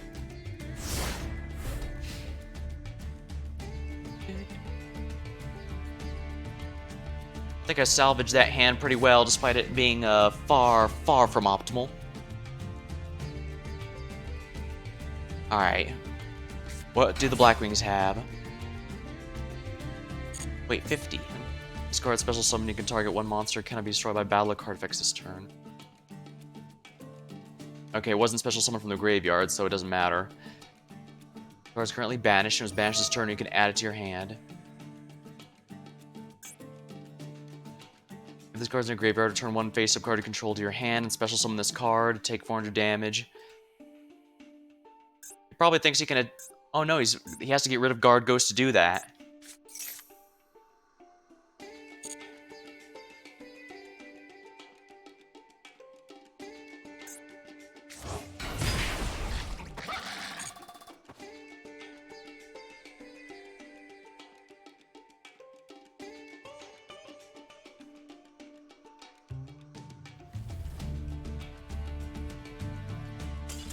Oh dang, he must have really bricked then. Poor guy. I feel your pain, since I pretty much bricked right there myself. Here we are. Gotta love all those normal cards that I can't even break down.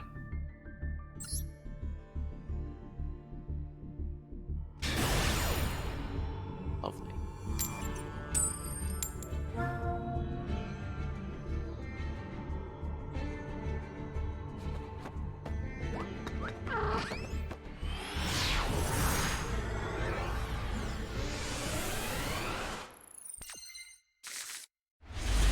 Duel. And I go first, so I can place all 3 of these.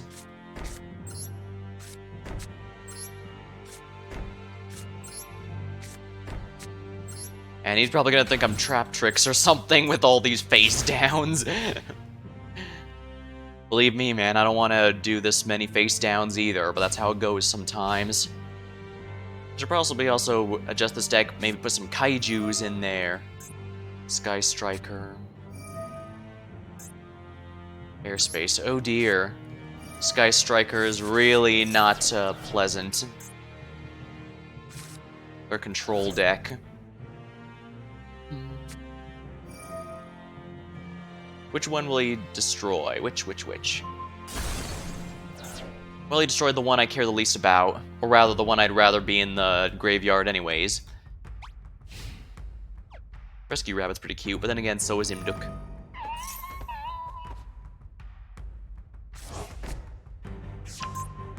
Oh, he's gonna use...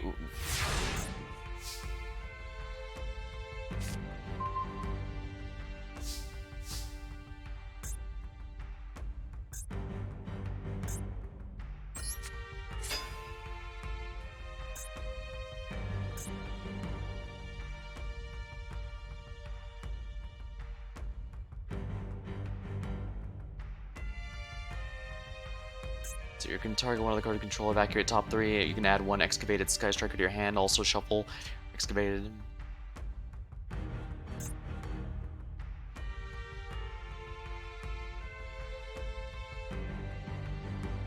All these are really frustrating. I don't think I can banish just one. Alright, we know for a fact this only destroys back row, so I can safely special summon my monsters.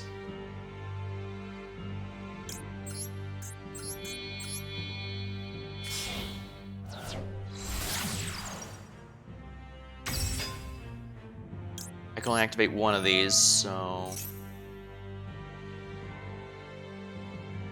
He might have an Ash Blossom, so that would ruin my day. Yep, he does.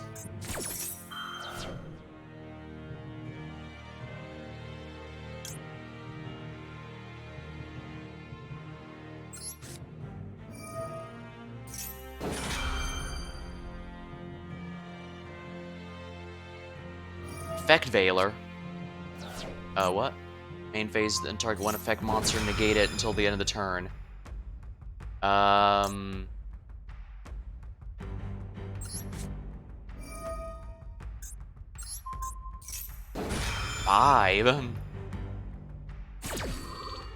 Alright, first of all, I get to summon...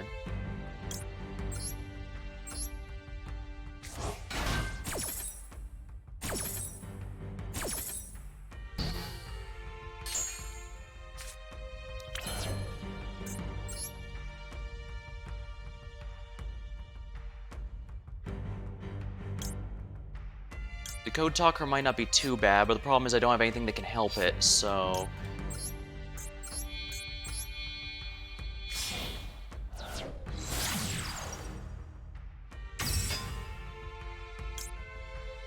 Place 1 card at the bottom of your deck. I can't use that. He can block it, can't he? Yep. Battle Fader.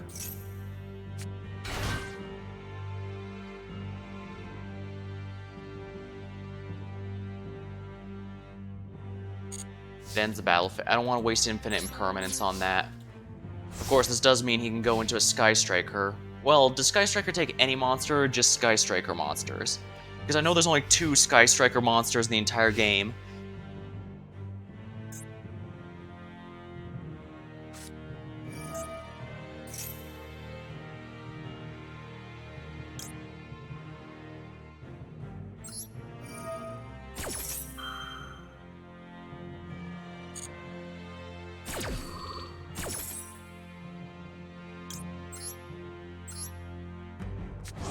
Here. Foolish burial goods.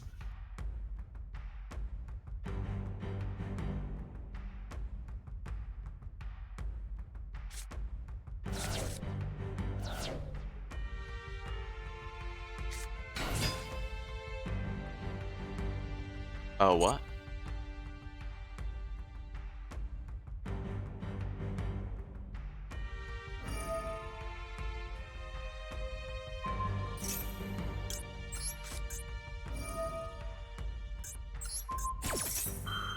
Alright, negates everything in this row. So that means it negates multi-roll.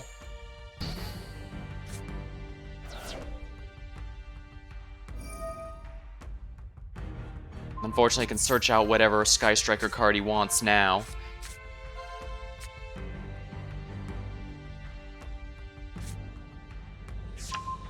Afterburner.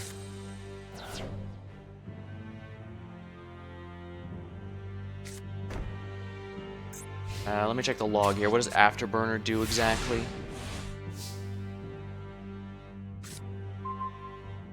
Reveal hand. If you control no monsters, target one face-up card your opponent feels, destroy it, and if you have it 3 or more, you can destroy one.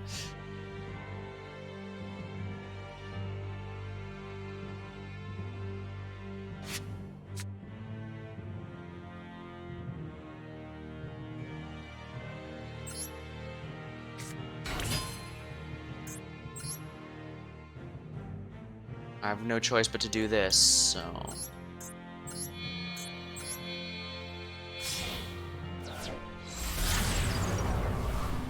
I can't get rid of all these. I need a Feathers Duster or something, I guess. Well, first of all, I need to get this in my hand. This is fine. It doesn't really matter. More importantly, I need to banish a card.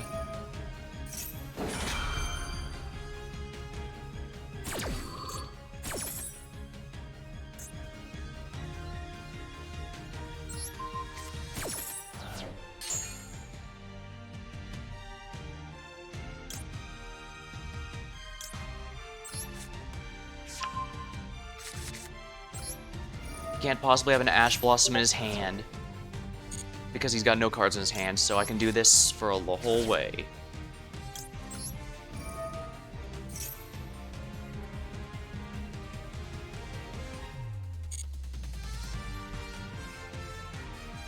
Rendezvous.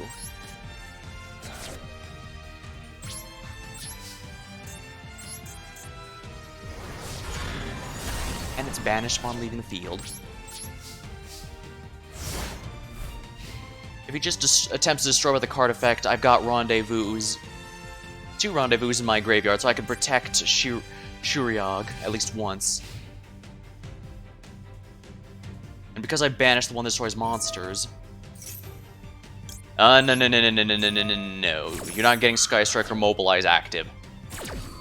That's basically a pot of greed. I'm not letting you get that.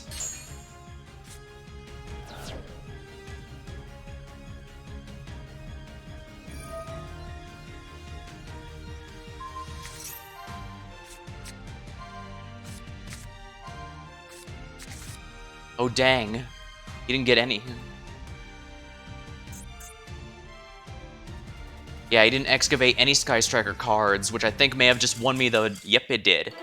You can't recover from that.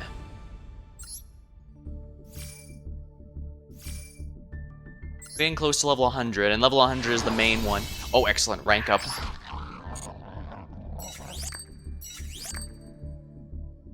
Ah, excellent, excellent, excellent. Gold rank, back again. Alright. I was able to get the Battle Pass here because it was for gems only, which means it was completely free to play, which is pretty nice for me, I think.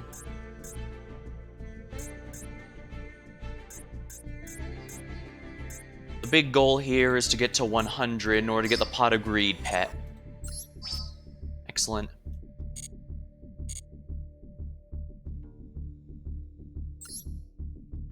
Let's go for mission. What missions are completing here? Sure, let's just claim all of them at once. Just some 200 gems, not bad. And these are gonna go away really. These gems are all gonna go away really quickly. I can assure you that much. All right, let's take another break then, and now that we're finally at gold, and see the next part of the World Legacy storyline, the Star Heroes. Alright, scenario. The Mech Knights captured Ib and her staff. Oh my. The Gift of the Martyr. What an ominous title. So, Ib was held captive. The stolen ritual wand was sealed inside the core of Mekhanite Blue Sky, its power source. She had been captured forcibly, but up until this point, the Mechanites had not laid a hand on her. Ib was very deep in thought. The Great Darkness is using the Crawlers to threaten mankind. What if humankind's perception of the Mechanites had been wrong all along? Meanwhile, Arm and the party arrived at the base of the Mechanites after the long quest to rescue Ib, no doubt having a lot of level grinding along the way. Ruins of forgotten civilization lay before them, the husks of decayed buildings long buried by crustal movements barely broke the ancient Earth's surface. Among them, artificial forms lay untouched in pristine condition. There, the activated World Legacy's World Shield shone brightly, and the World Legacy known as the World Lance rose sharply out of the earth. Even the power of the World Chalice, it was a fool's errand to challenge the Mechanites.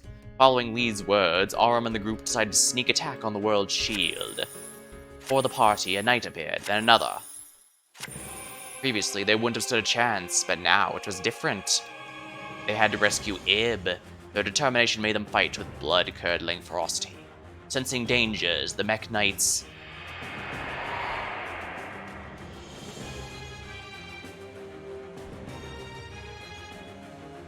transformed into a united form, the Mech Knight Spectrum Supreme.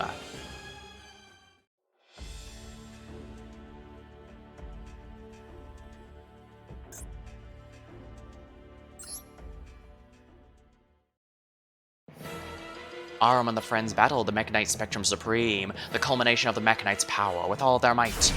As the tide turned in battle, the ninja Asu gathered strength and put all into one decisive strike of his spear. However, his attack was parried by the Mech Knight Spectrum Supreme, opening a large hole in the wall.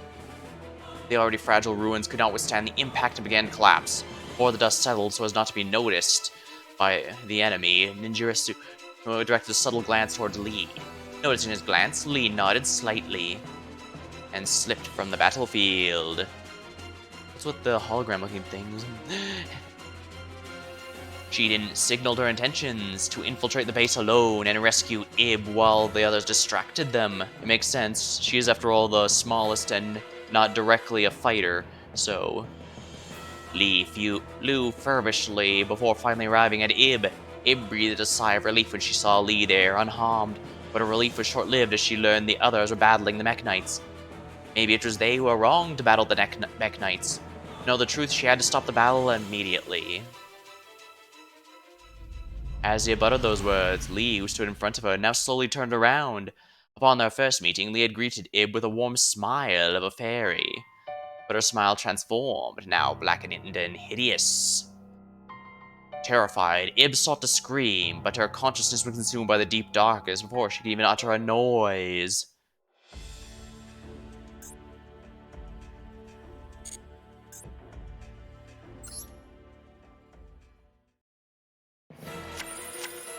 Aram and the others continued to battle. All of a sudden, an explosion occurred inside the facility. Immediately, Aram felt as the World Chalice had awakened again, the feeling now greatly intensified.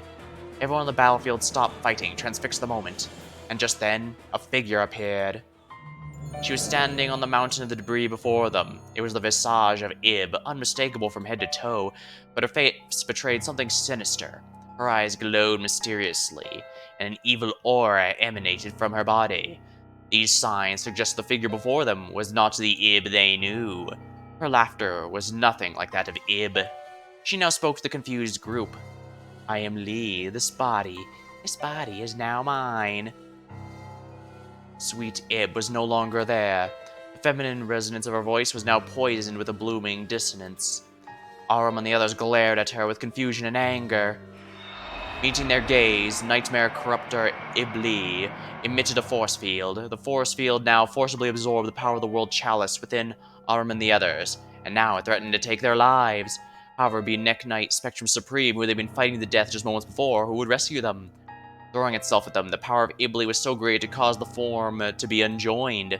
Separated into 7, the Mech Knights were severely damaged. Then Ibli, with a familiar hand, proceeded to extract the cores from each of the Mech Knights, one by one. It is now clear there was a great danger in Ibli possessing both the power of Ib as well as that of the ritual wand. Seeking to prevent this, Mech Knight Blue Sky sought to transfer control of the wand to someone other than Ib. Showing considerable growth in battle, Aram was chosen the wand's successor. Iblis' power created a shockwave that launched Aram to the end of a cliff. Mekk-Knight Blue Sky stretched out its arm to help him. Wordlessly, their gaze met. Aram sensed his heart that the knight was trying to convey something when a dazzling light shone suddenly. The next moment, Aram, adorned in new armor, mounted the World Chalice, and holding a sword in each hand, stood at the edge of the cliff. As Mekk-Knight Avram, successor of the Ritual Wand.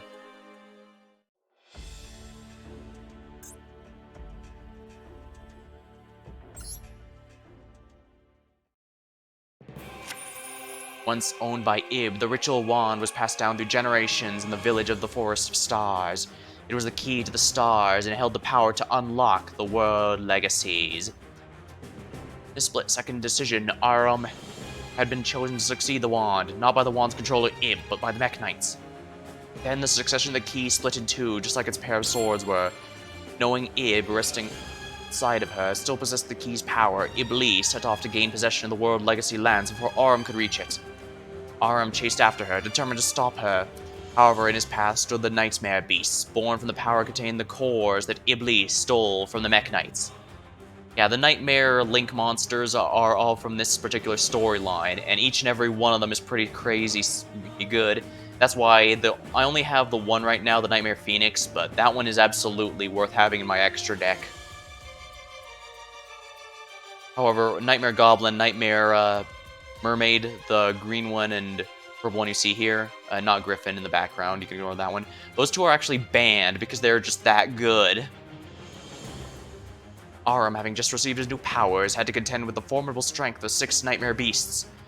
Now, Ninjutsu, who'd rushed to Aram's side alongside Imduk, said to him, "We'll hold them back, you go ahead."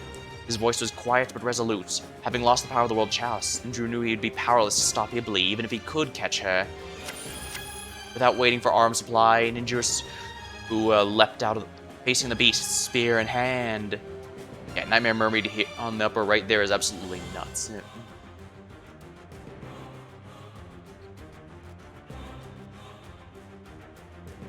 Hopefully I muted it before I sneezed. Sorry if I didn't. But yeah. Honestly, I think Link 1 monsters were a mistake. I mean, for Sky Striker, it's fine because their entire archetype revolves around them, so you can't just splash them anywhere, but for, the Nightmares, a lot less so. As the Nightmare Mermaid was crushed, the beasts all turned their heads towards the spear wielder in unison. He must have wanted to pursue his little sister more than anyone else. Aram took off to pursue Iblis in the World Lance, with the determination of Ninjutsu in the wind in his sails. Left alone, Ninjutsu continued to fight by himself, his roars echoing throughout the battlefield.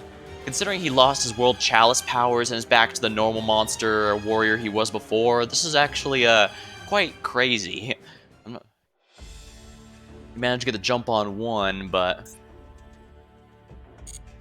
can he hold them off?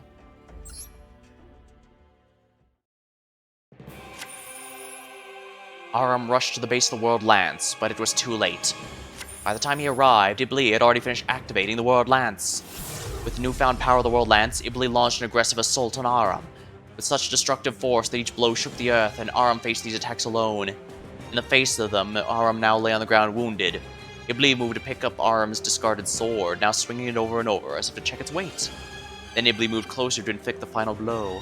Aram couldn't move his upper body, let alone stand up. But just as Iblis raised the sword to strike, a small shadow emerged from Aram's cloak. The young dragon Imduk summoned his otherworldly power between the young boy and girl, determined to help his companions in the time of crisis with whatever he could possibly muster. That power suppressed the evil within Ib, even if only for a moment. By suppressing Lee's evil spirit, the spirit of Ib who resided deep within the depths had now awakened. Aram laid on the ground powerless, Imduk exhausted of his powers and unable to move. And Ib was now holding a sword in her hand. Realizing her situation, she made her decision.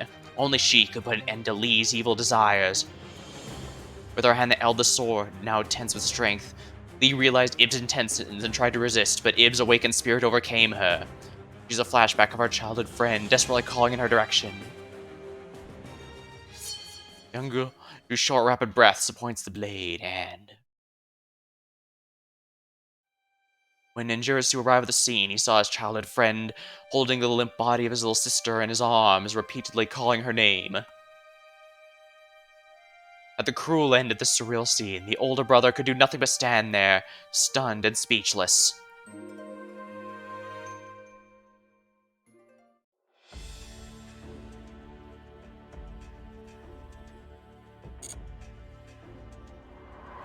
And that's the World Chalice story that's in the game so far. What's actually funny is that's only about half of the total storyline, if I remember right. So there's still more to come, but yeah. Like I said, it definitely feels like an actual RPG storyline, complete with twists and turns and surprises. Alright, we're gonna do a few more duels.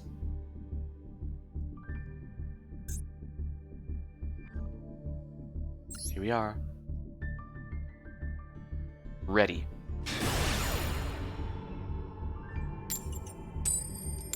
Alright, looks like they're using the Ash Blossom pet.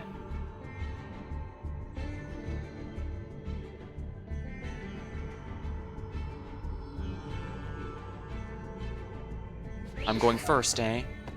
I guess I need to hope I get something good then.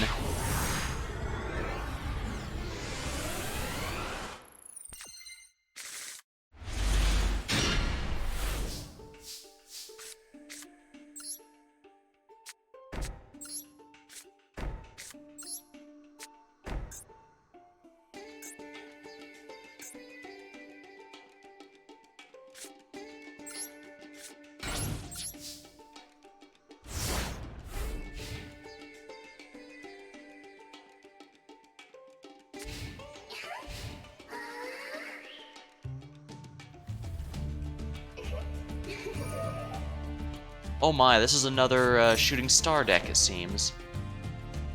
Yeah, let's Ash Blossom that.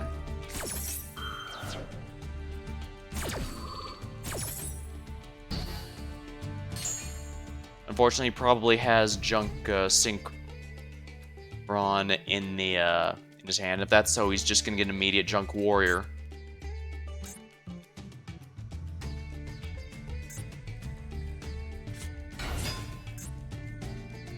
Cyburst Gadget.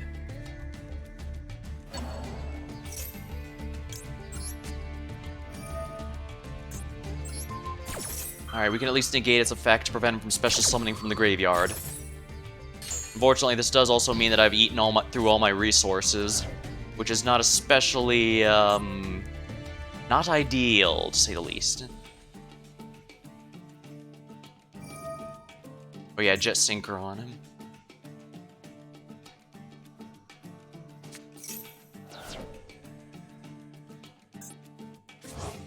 Oh dang, he put Ash Blossom in there.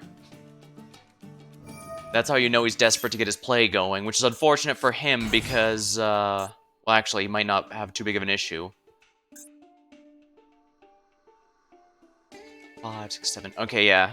No, shooting Stardust Dragon is level 8. So he is a little short. Crystron, Hauki Fibrax, oh dear.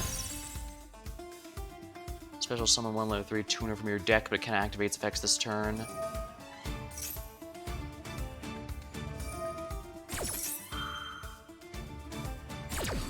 Dang, that's a pretty good generic skill. Generic Link monster. It's, of course, the UR. Gadget token. Summoned with the effect of Cyburst Gadget.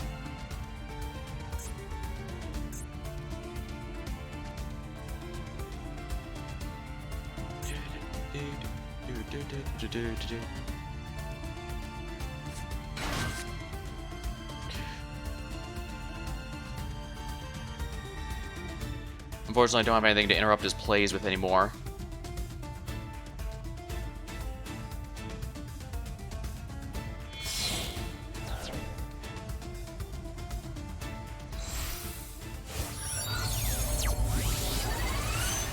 Here we go, Junk Speeder. Fill summon as many tuners as different possible levels from your deck. Now special they could accept Synchro with the turn you activate this effect.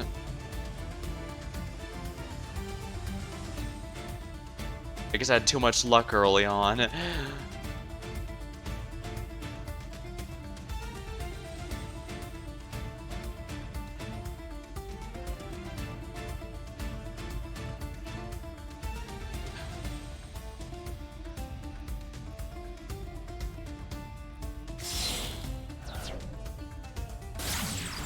Dual Link Dragon. The Dual Dragon. Alright, you can banish one power tool synchro monster from your extra deck, special summon one Dual Dragon token.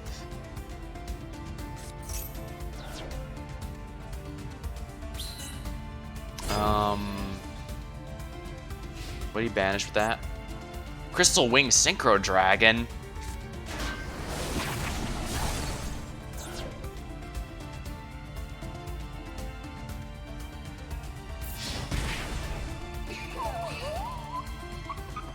If I draw a Raigeki, it's all over for him.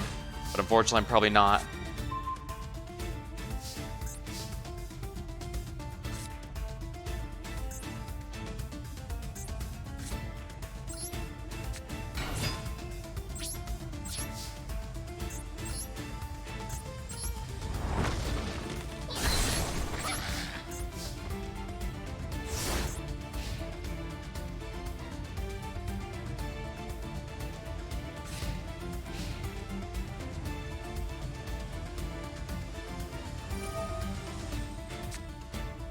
Bit Trooper. Yeah, he's been getting a lot of really good draws, and I've been getting a lot of really bad ones. I guess the game decided, okay, you've been winning way too much lately. You're going back to the, you back to Brick City.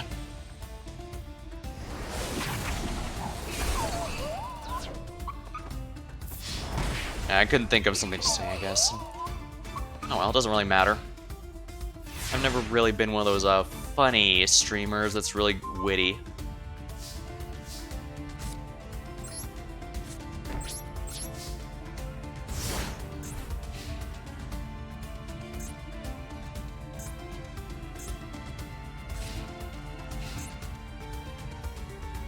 This might earn me another turn at the very least, because,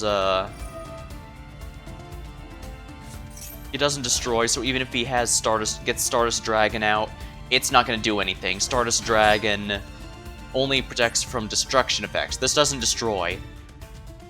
I actually believe Storming Mirror Force is better than the base Mirror Force, because while Mirror Force destroys all attack position 1, sending them all back to the hand, well, first of all, it means extra deck monsters go back to the extra deck, but also doesn't destroy, and most cards that have protection against targeting or destruction don't have protection against, being bounced back to the hand. No, or at least that's my logic. Here you go. It doesn't target, so say goodbye to your entire field. Unfortunately, probably realized, well, he doesn't have anything either, so...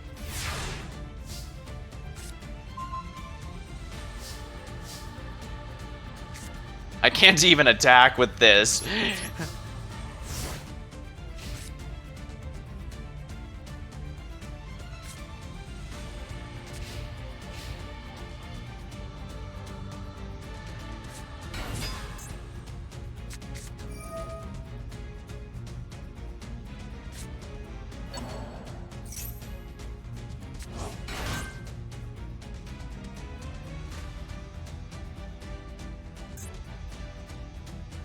I think I might have pissed him off when I sent all those back to his extra deck, because he's definitely going to be bringing back either Junk Warrior or a Junk Speedster. Or TG Hyper Librarian also works.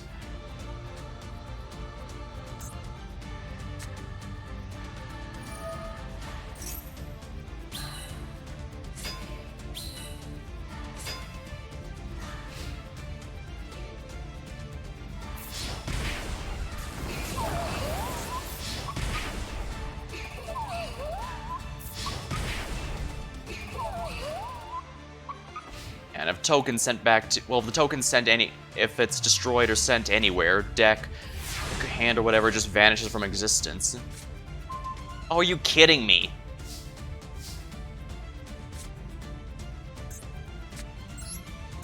Are you kidding me? Dang, yeah, the game really said, no, you're not winning this. I don't care what it takes. You're not getting any good draws. Unfortunately for the game, and for my opponent, you don't get anything at all if you surrender, so I'm just gonna let him KO me.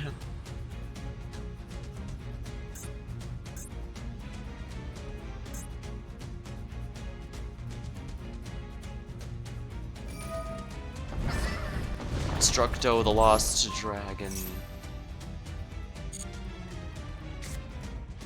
This card's in your hand, you can pay half your life points, target one special summon this card, and if you do, the card's level's reduced.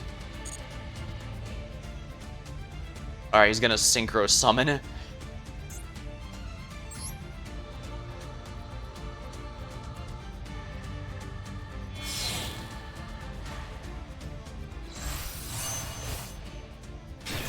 Cyburst Quantum Dragon.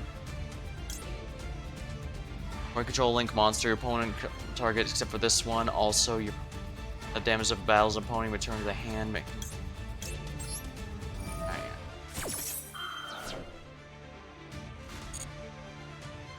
Yeah, you're not getting to draw a card, but I don't think it matters.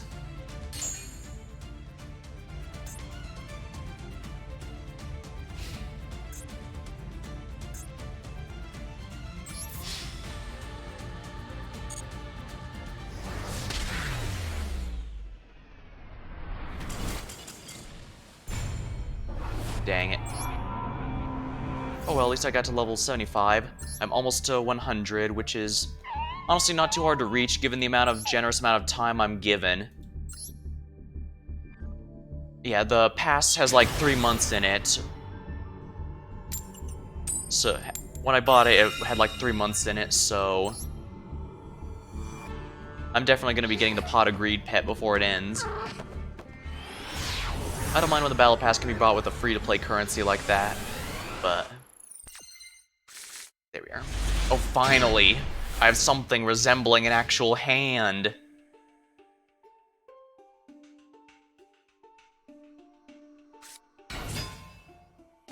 Oh crap, it's Trap Tricks. This is not going to be fun.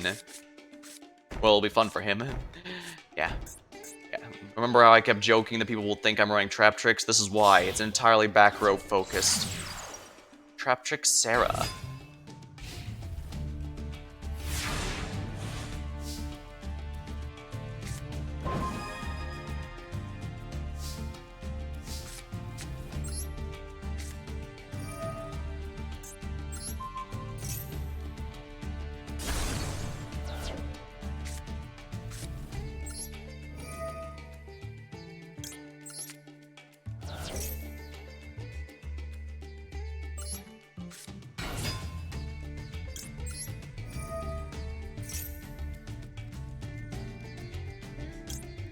I can add this one to my hand because they don't realize I already have one. Foolish Burial Time. Does he have a... Alright, let's send Kit to the graveyard. Since I already sent Nerval, I can't send him there again, so I'm going to use her effect in order to send a spell card. Rendezvous. There we are, now my monsters are protected.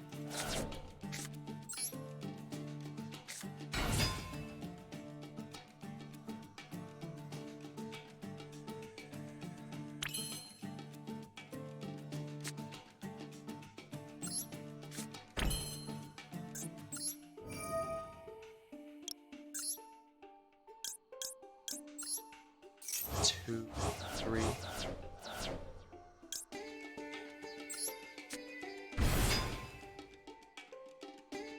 Do.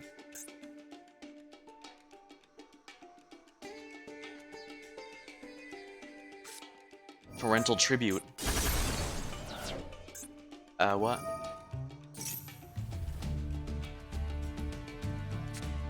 Be destroyed by battle or card effect. If if only one, huh?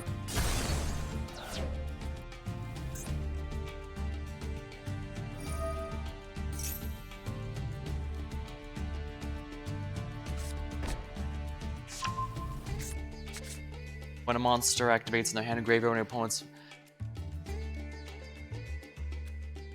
Gravedigger's Trap Hole. What the? What the crap? Are you serious, Konami?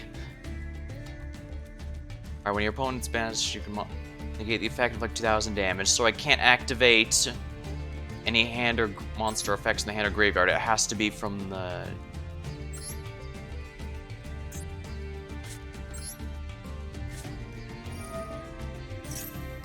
He can negate it then.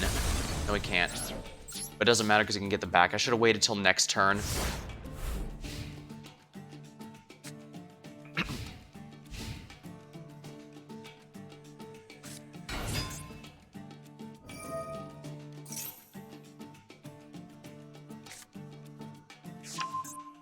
Yeah, I don't see why you'd run any less than 3 of the Gravedigger Trap Hole, because it negates all hand traps.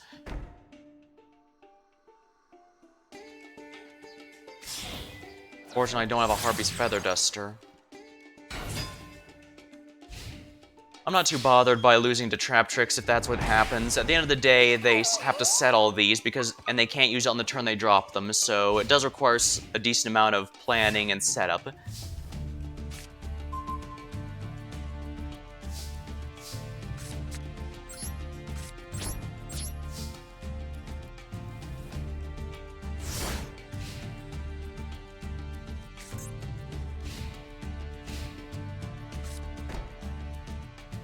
If I had a Harpy's Feather Duster, it'd be all over, but...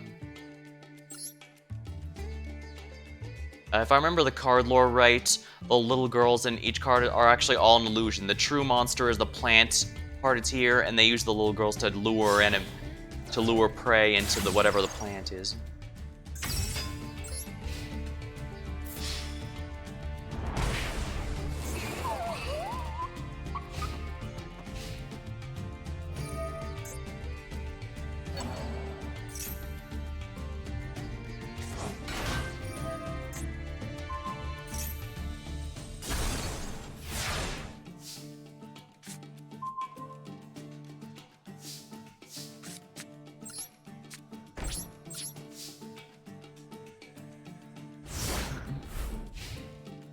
Yeah, the game decided, okay, you had your fun, you had too many wins, now it's time for you to lose.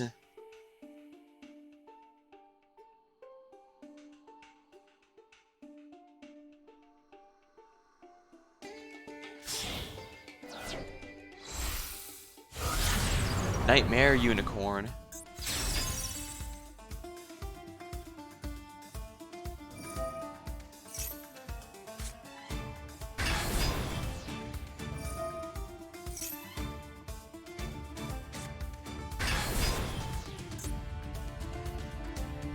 You can either go into a rank 4 or a link 5 monster. Or a link 4. Access code. Yeah, this is going to be an OTK.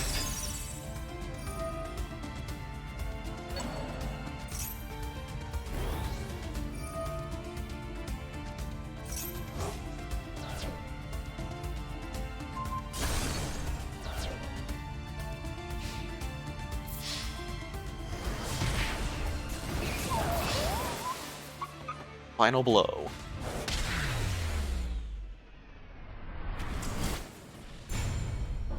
Dang. Well, that's how the cookie crumbles sometimes. I'll pour him, Duck.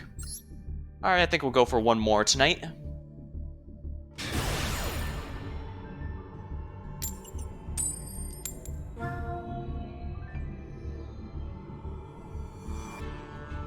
You are going second. That's perfectly fine for me. UFO. Sangan is one of those creatures where it's so ugly it loops around and becomes cute. Yeah, just look at it.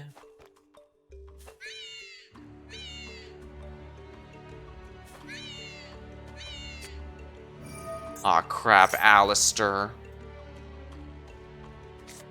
This person's gonna normal summon Alistair me to death. Talk about a sucky way to die. Guess I can use standoff to try and get this going at least.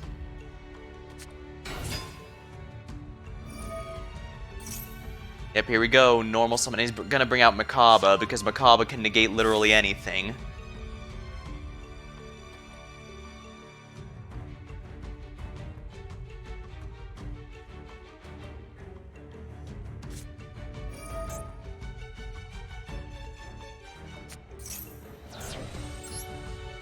Sorry, Wyvern Buster. Can I be normal summon special?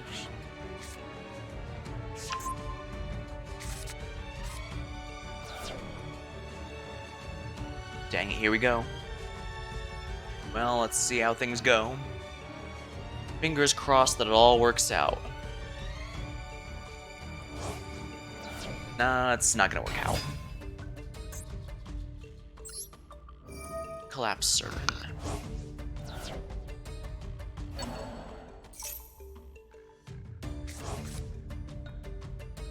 And they interact with banished cards.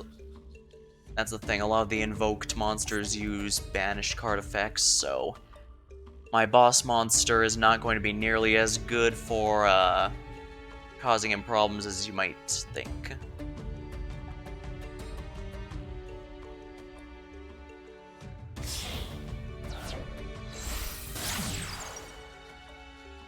Artemis, the Megastus Moon Maiden. The Megastus Moon. Already control to it.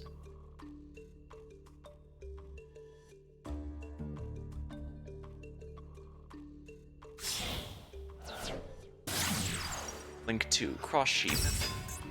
See if a monster special summon the zone. Okay, yeah, he's probably gonna get the fusion effect because Alistair, the invoked, is a fusion deck.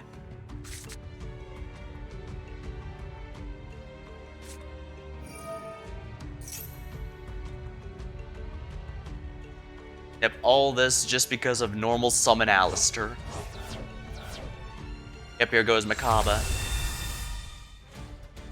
Negate literally anything.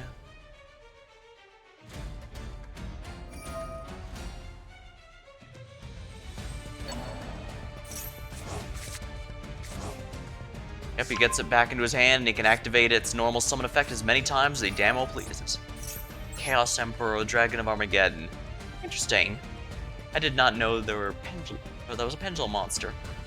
Target one of your banished, destroy this card. If you do, add that monster to your hand. Yeah, so no matter how many times I banish his monsters, he's just gonna get it back.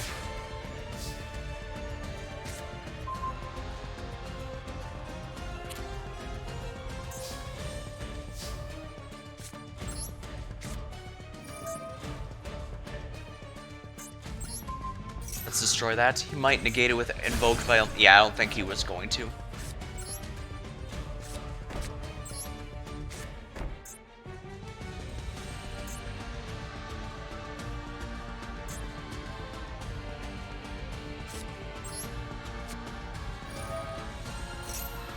Now this one he actually will want to. He's not negating it.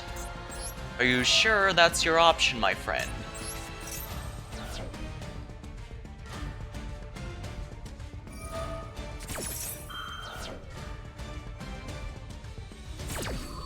Well, the good news is he just negated Standoff. He did not negate this. Oh, but he can negate it with Macabre, actually, so because he hasn't used it yet.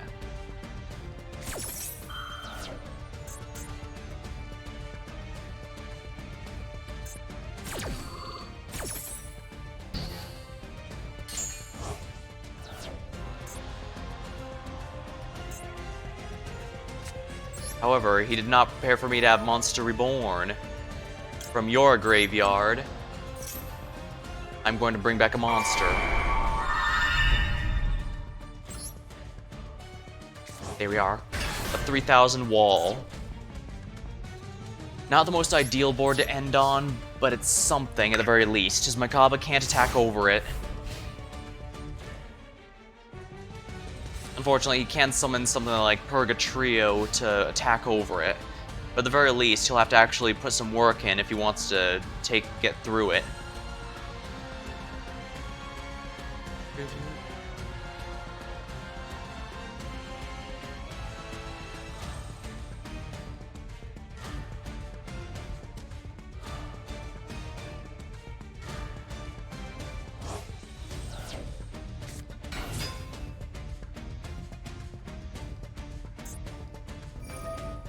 Is it, what is this, Earth? No, it's light.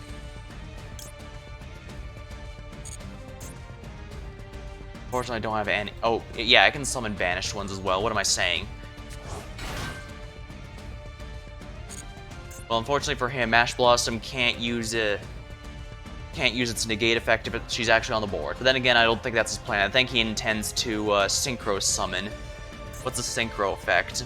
All monsters get... Yeah, that's entirely what he plans to do.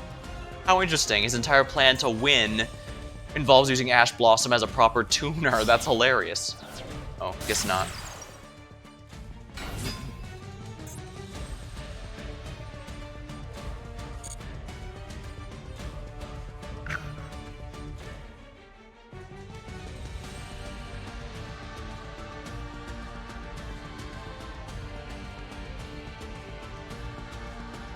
I haven't seen it myself, but I have run into people who insist that they actually have won thanks to using the hand trap girls as tuners.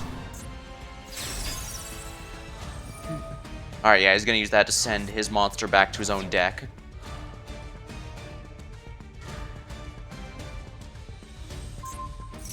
Wait, what?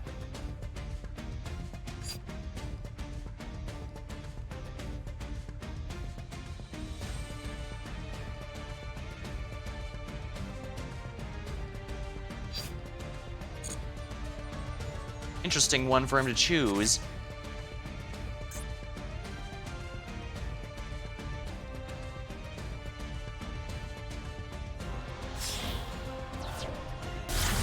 Access code talker.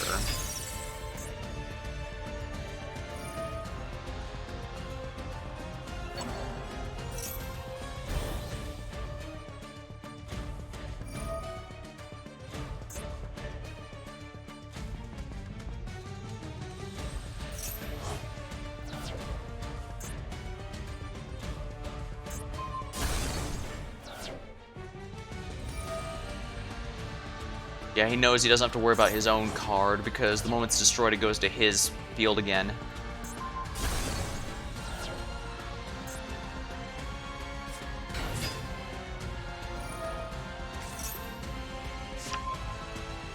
Oh, I see. You can use it as many times as you like as long as they all have different attributes. And of course, he normal summons Alistair.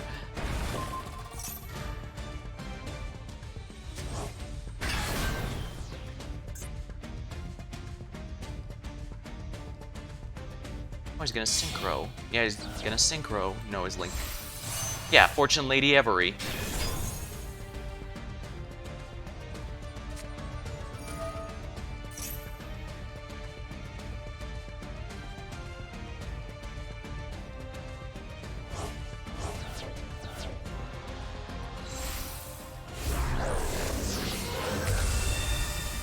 Invoked Makaba again.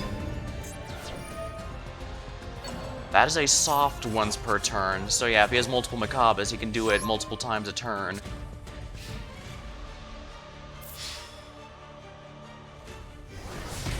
Dang it.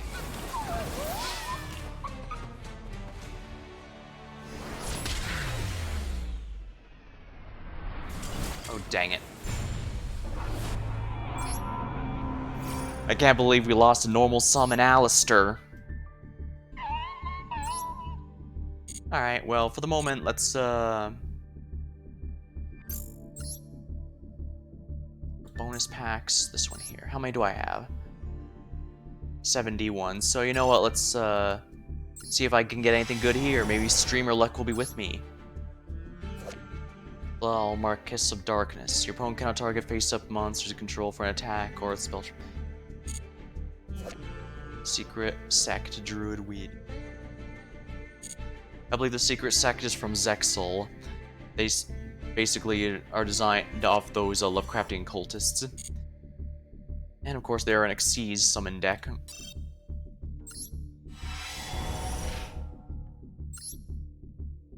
Ancient Pixie Dragon. That's not too bad for a generic one. Fairy Knight Ingunar. This guy actually is in Duel Links. Except he's a lot easier to use here because it's a lot easier to get 3 materials on the field. High Manipulator of Chaos. All tokens you control can make a second. I guess that's good for a token deck, but... Magical Cavalry of Cherub.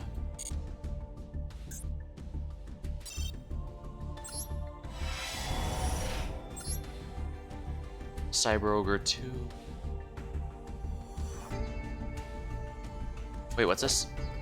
Putrid Pudding Body Buddies. Uses Fusion Synchro Xyz material. While this card's face up, it cannot be attributed. During your end phase, target one card in your pendulum zone destroyed. If you do, give control of this card to your opponent.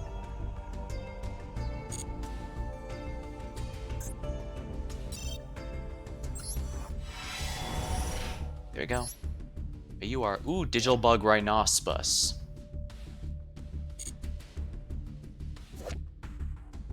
Penguin Brave. Don't get a target face down defense card effects. You can only use one each. Personal one Penguin Monster. Former Pal 5 Rainbow Magician. Whoa, Pendulum 12.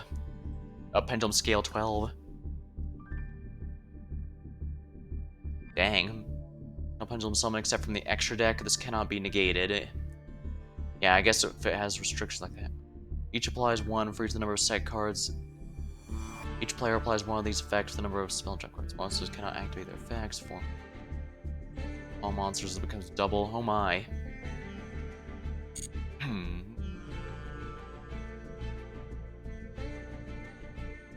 World Legacy, World Crown.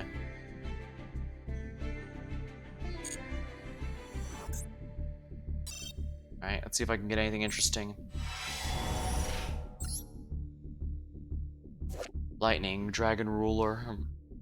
Basically, every major Dragon Ruler is banned both in the main card game and this one. Only the Wind one is free from the ban list, and that one's the least impactful. That's Stingy. Mirror Force Dragon. Monsters targeted by a card effect. Draw cards your opponent controls. Domane Key. Your opponent's turn this card in position sent to the graveyard. It becomes the end phase of the turn. Manipulator of Souls. Doom Chimera Dragon. Each material attached to it.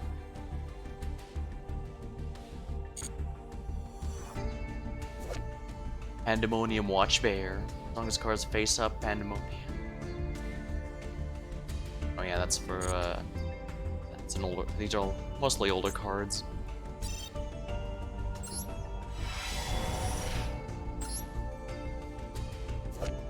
Great Sphinx. Benny and the Great Sphinx. This is from the movie, the first Yu-Gi-Oh movie, I believe. The one commissioned by 4Kids.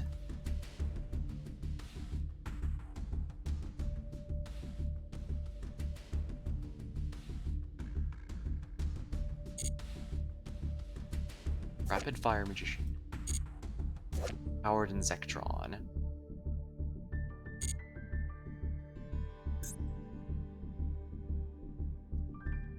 No luck this time around. I guess my luck finally ran out. Alright. Oh, right, I should gather my rewards here real quick. Not bad, I can at least start crafting some more cards at the very least. I'm actually a good ways in now. I'm very close to the Pot of Greed pet. As long as I just play normally, I should be able to max out the battle pass, duel pass, and get the pet. I'll see how the future ones go to decide if I want to do those or not, because as you notice here, I still have about 2 months left here. And there's absolutely no question I'll be maxing it out before then. If they continue making the dual passes for free-to-play currency, I might consider sticking with it, but for now this is a decent enough trial. Alright, well, until next time, thank you for watching, hope you had a good time, and I'll see you later.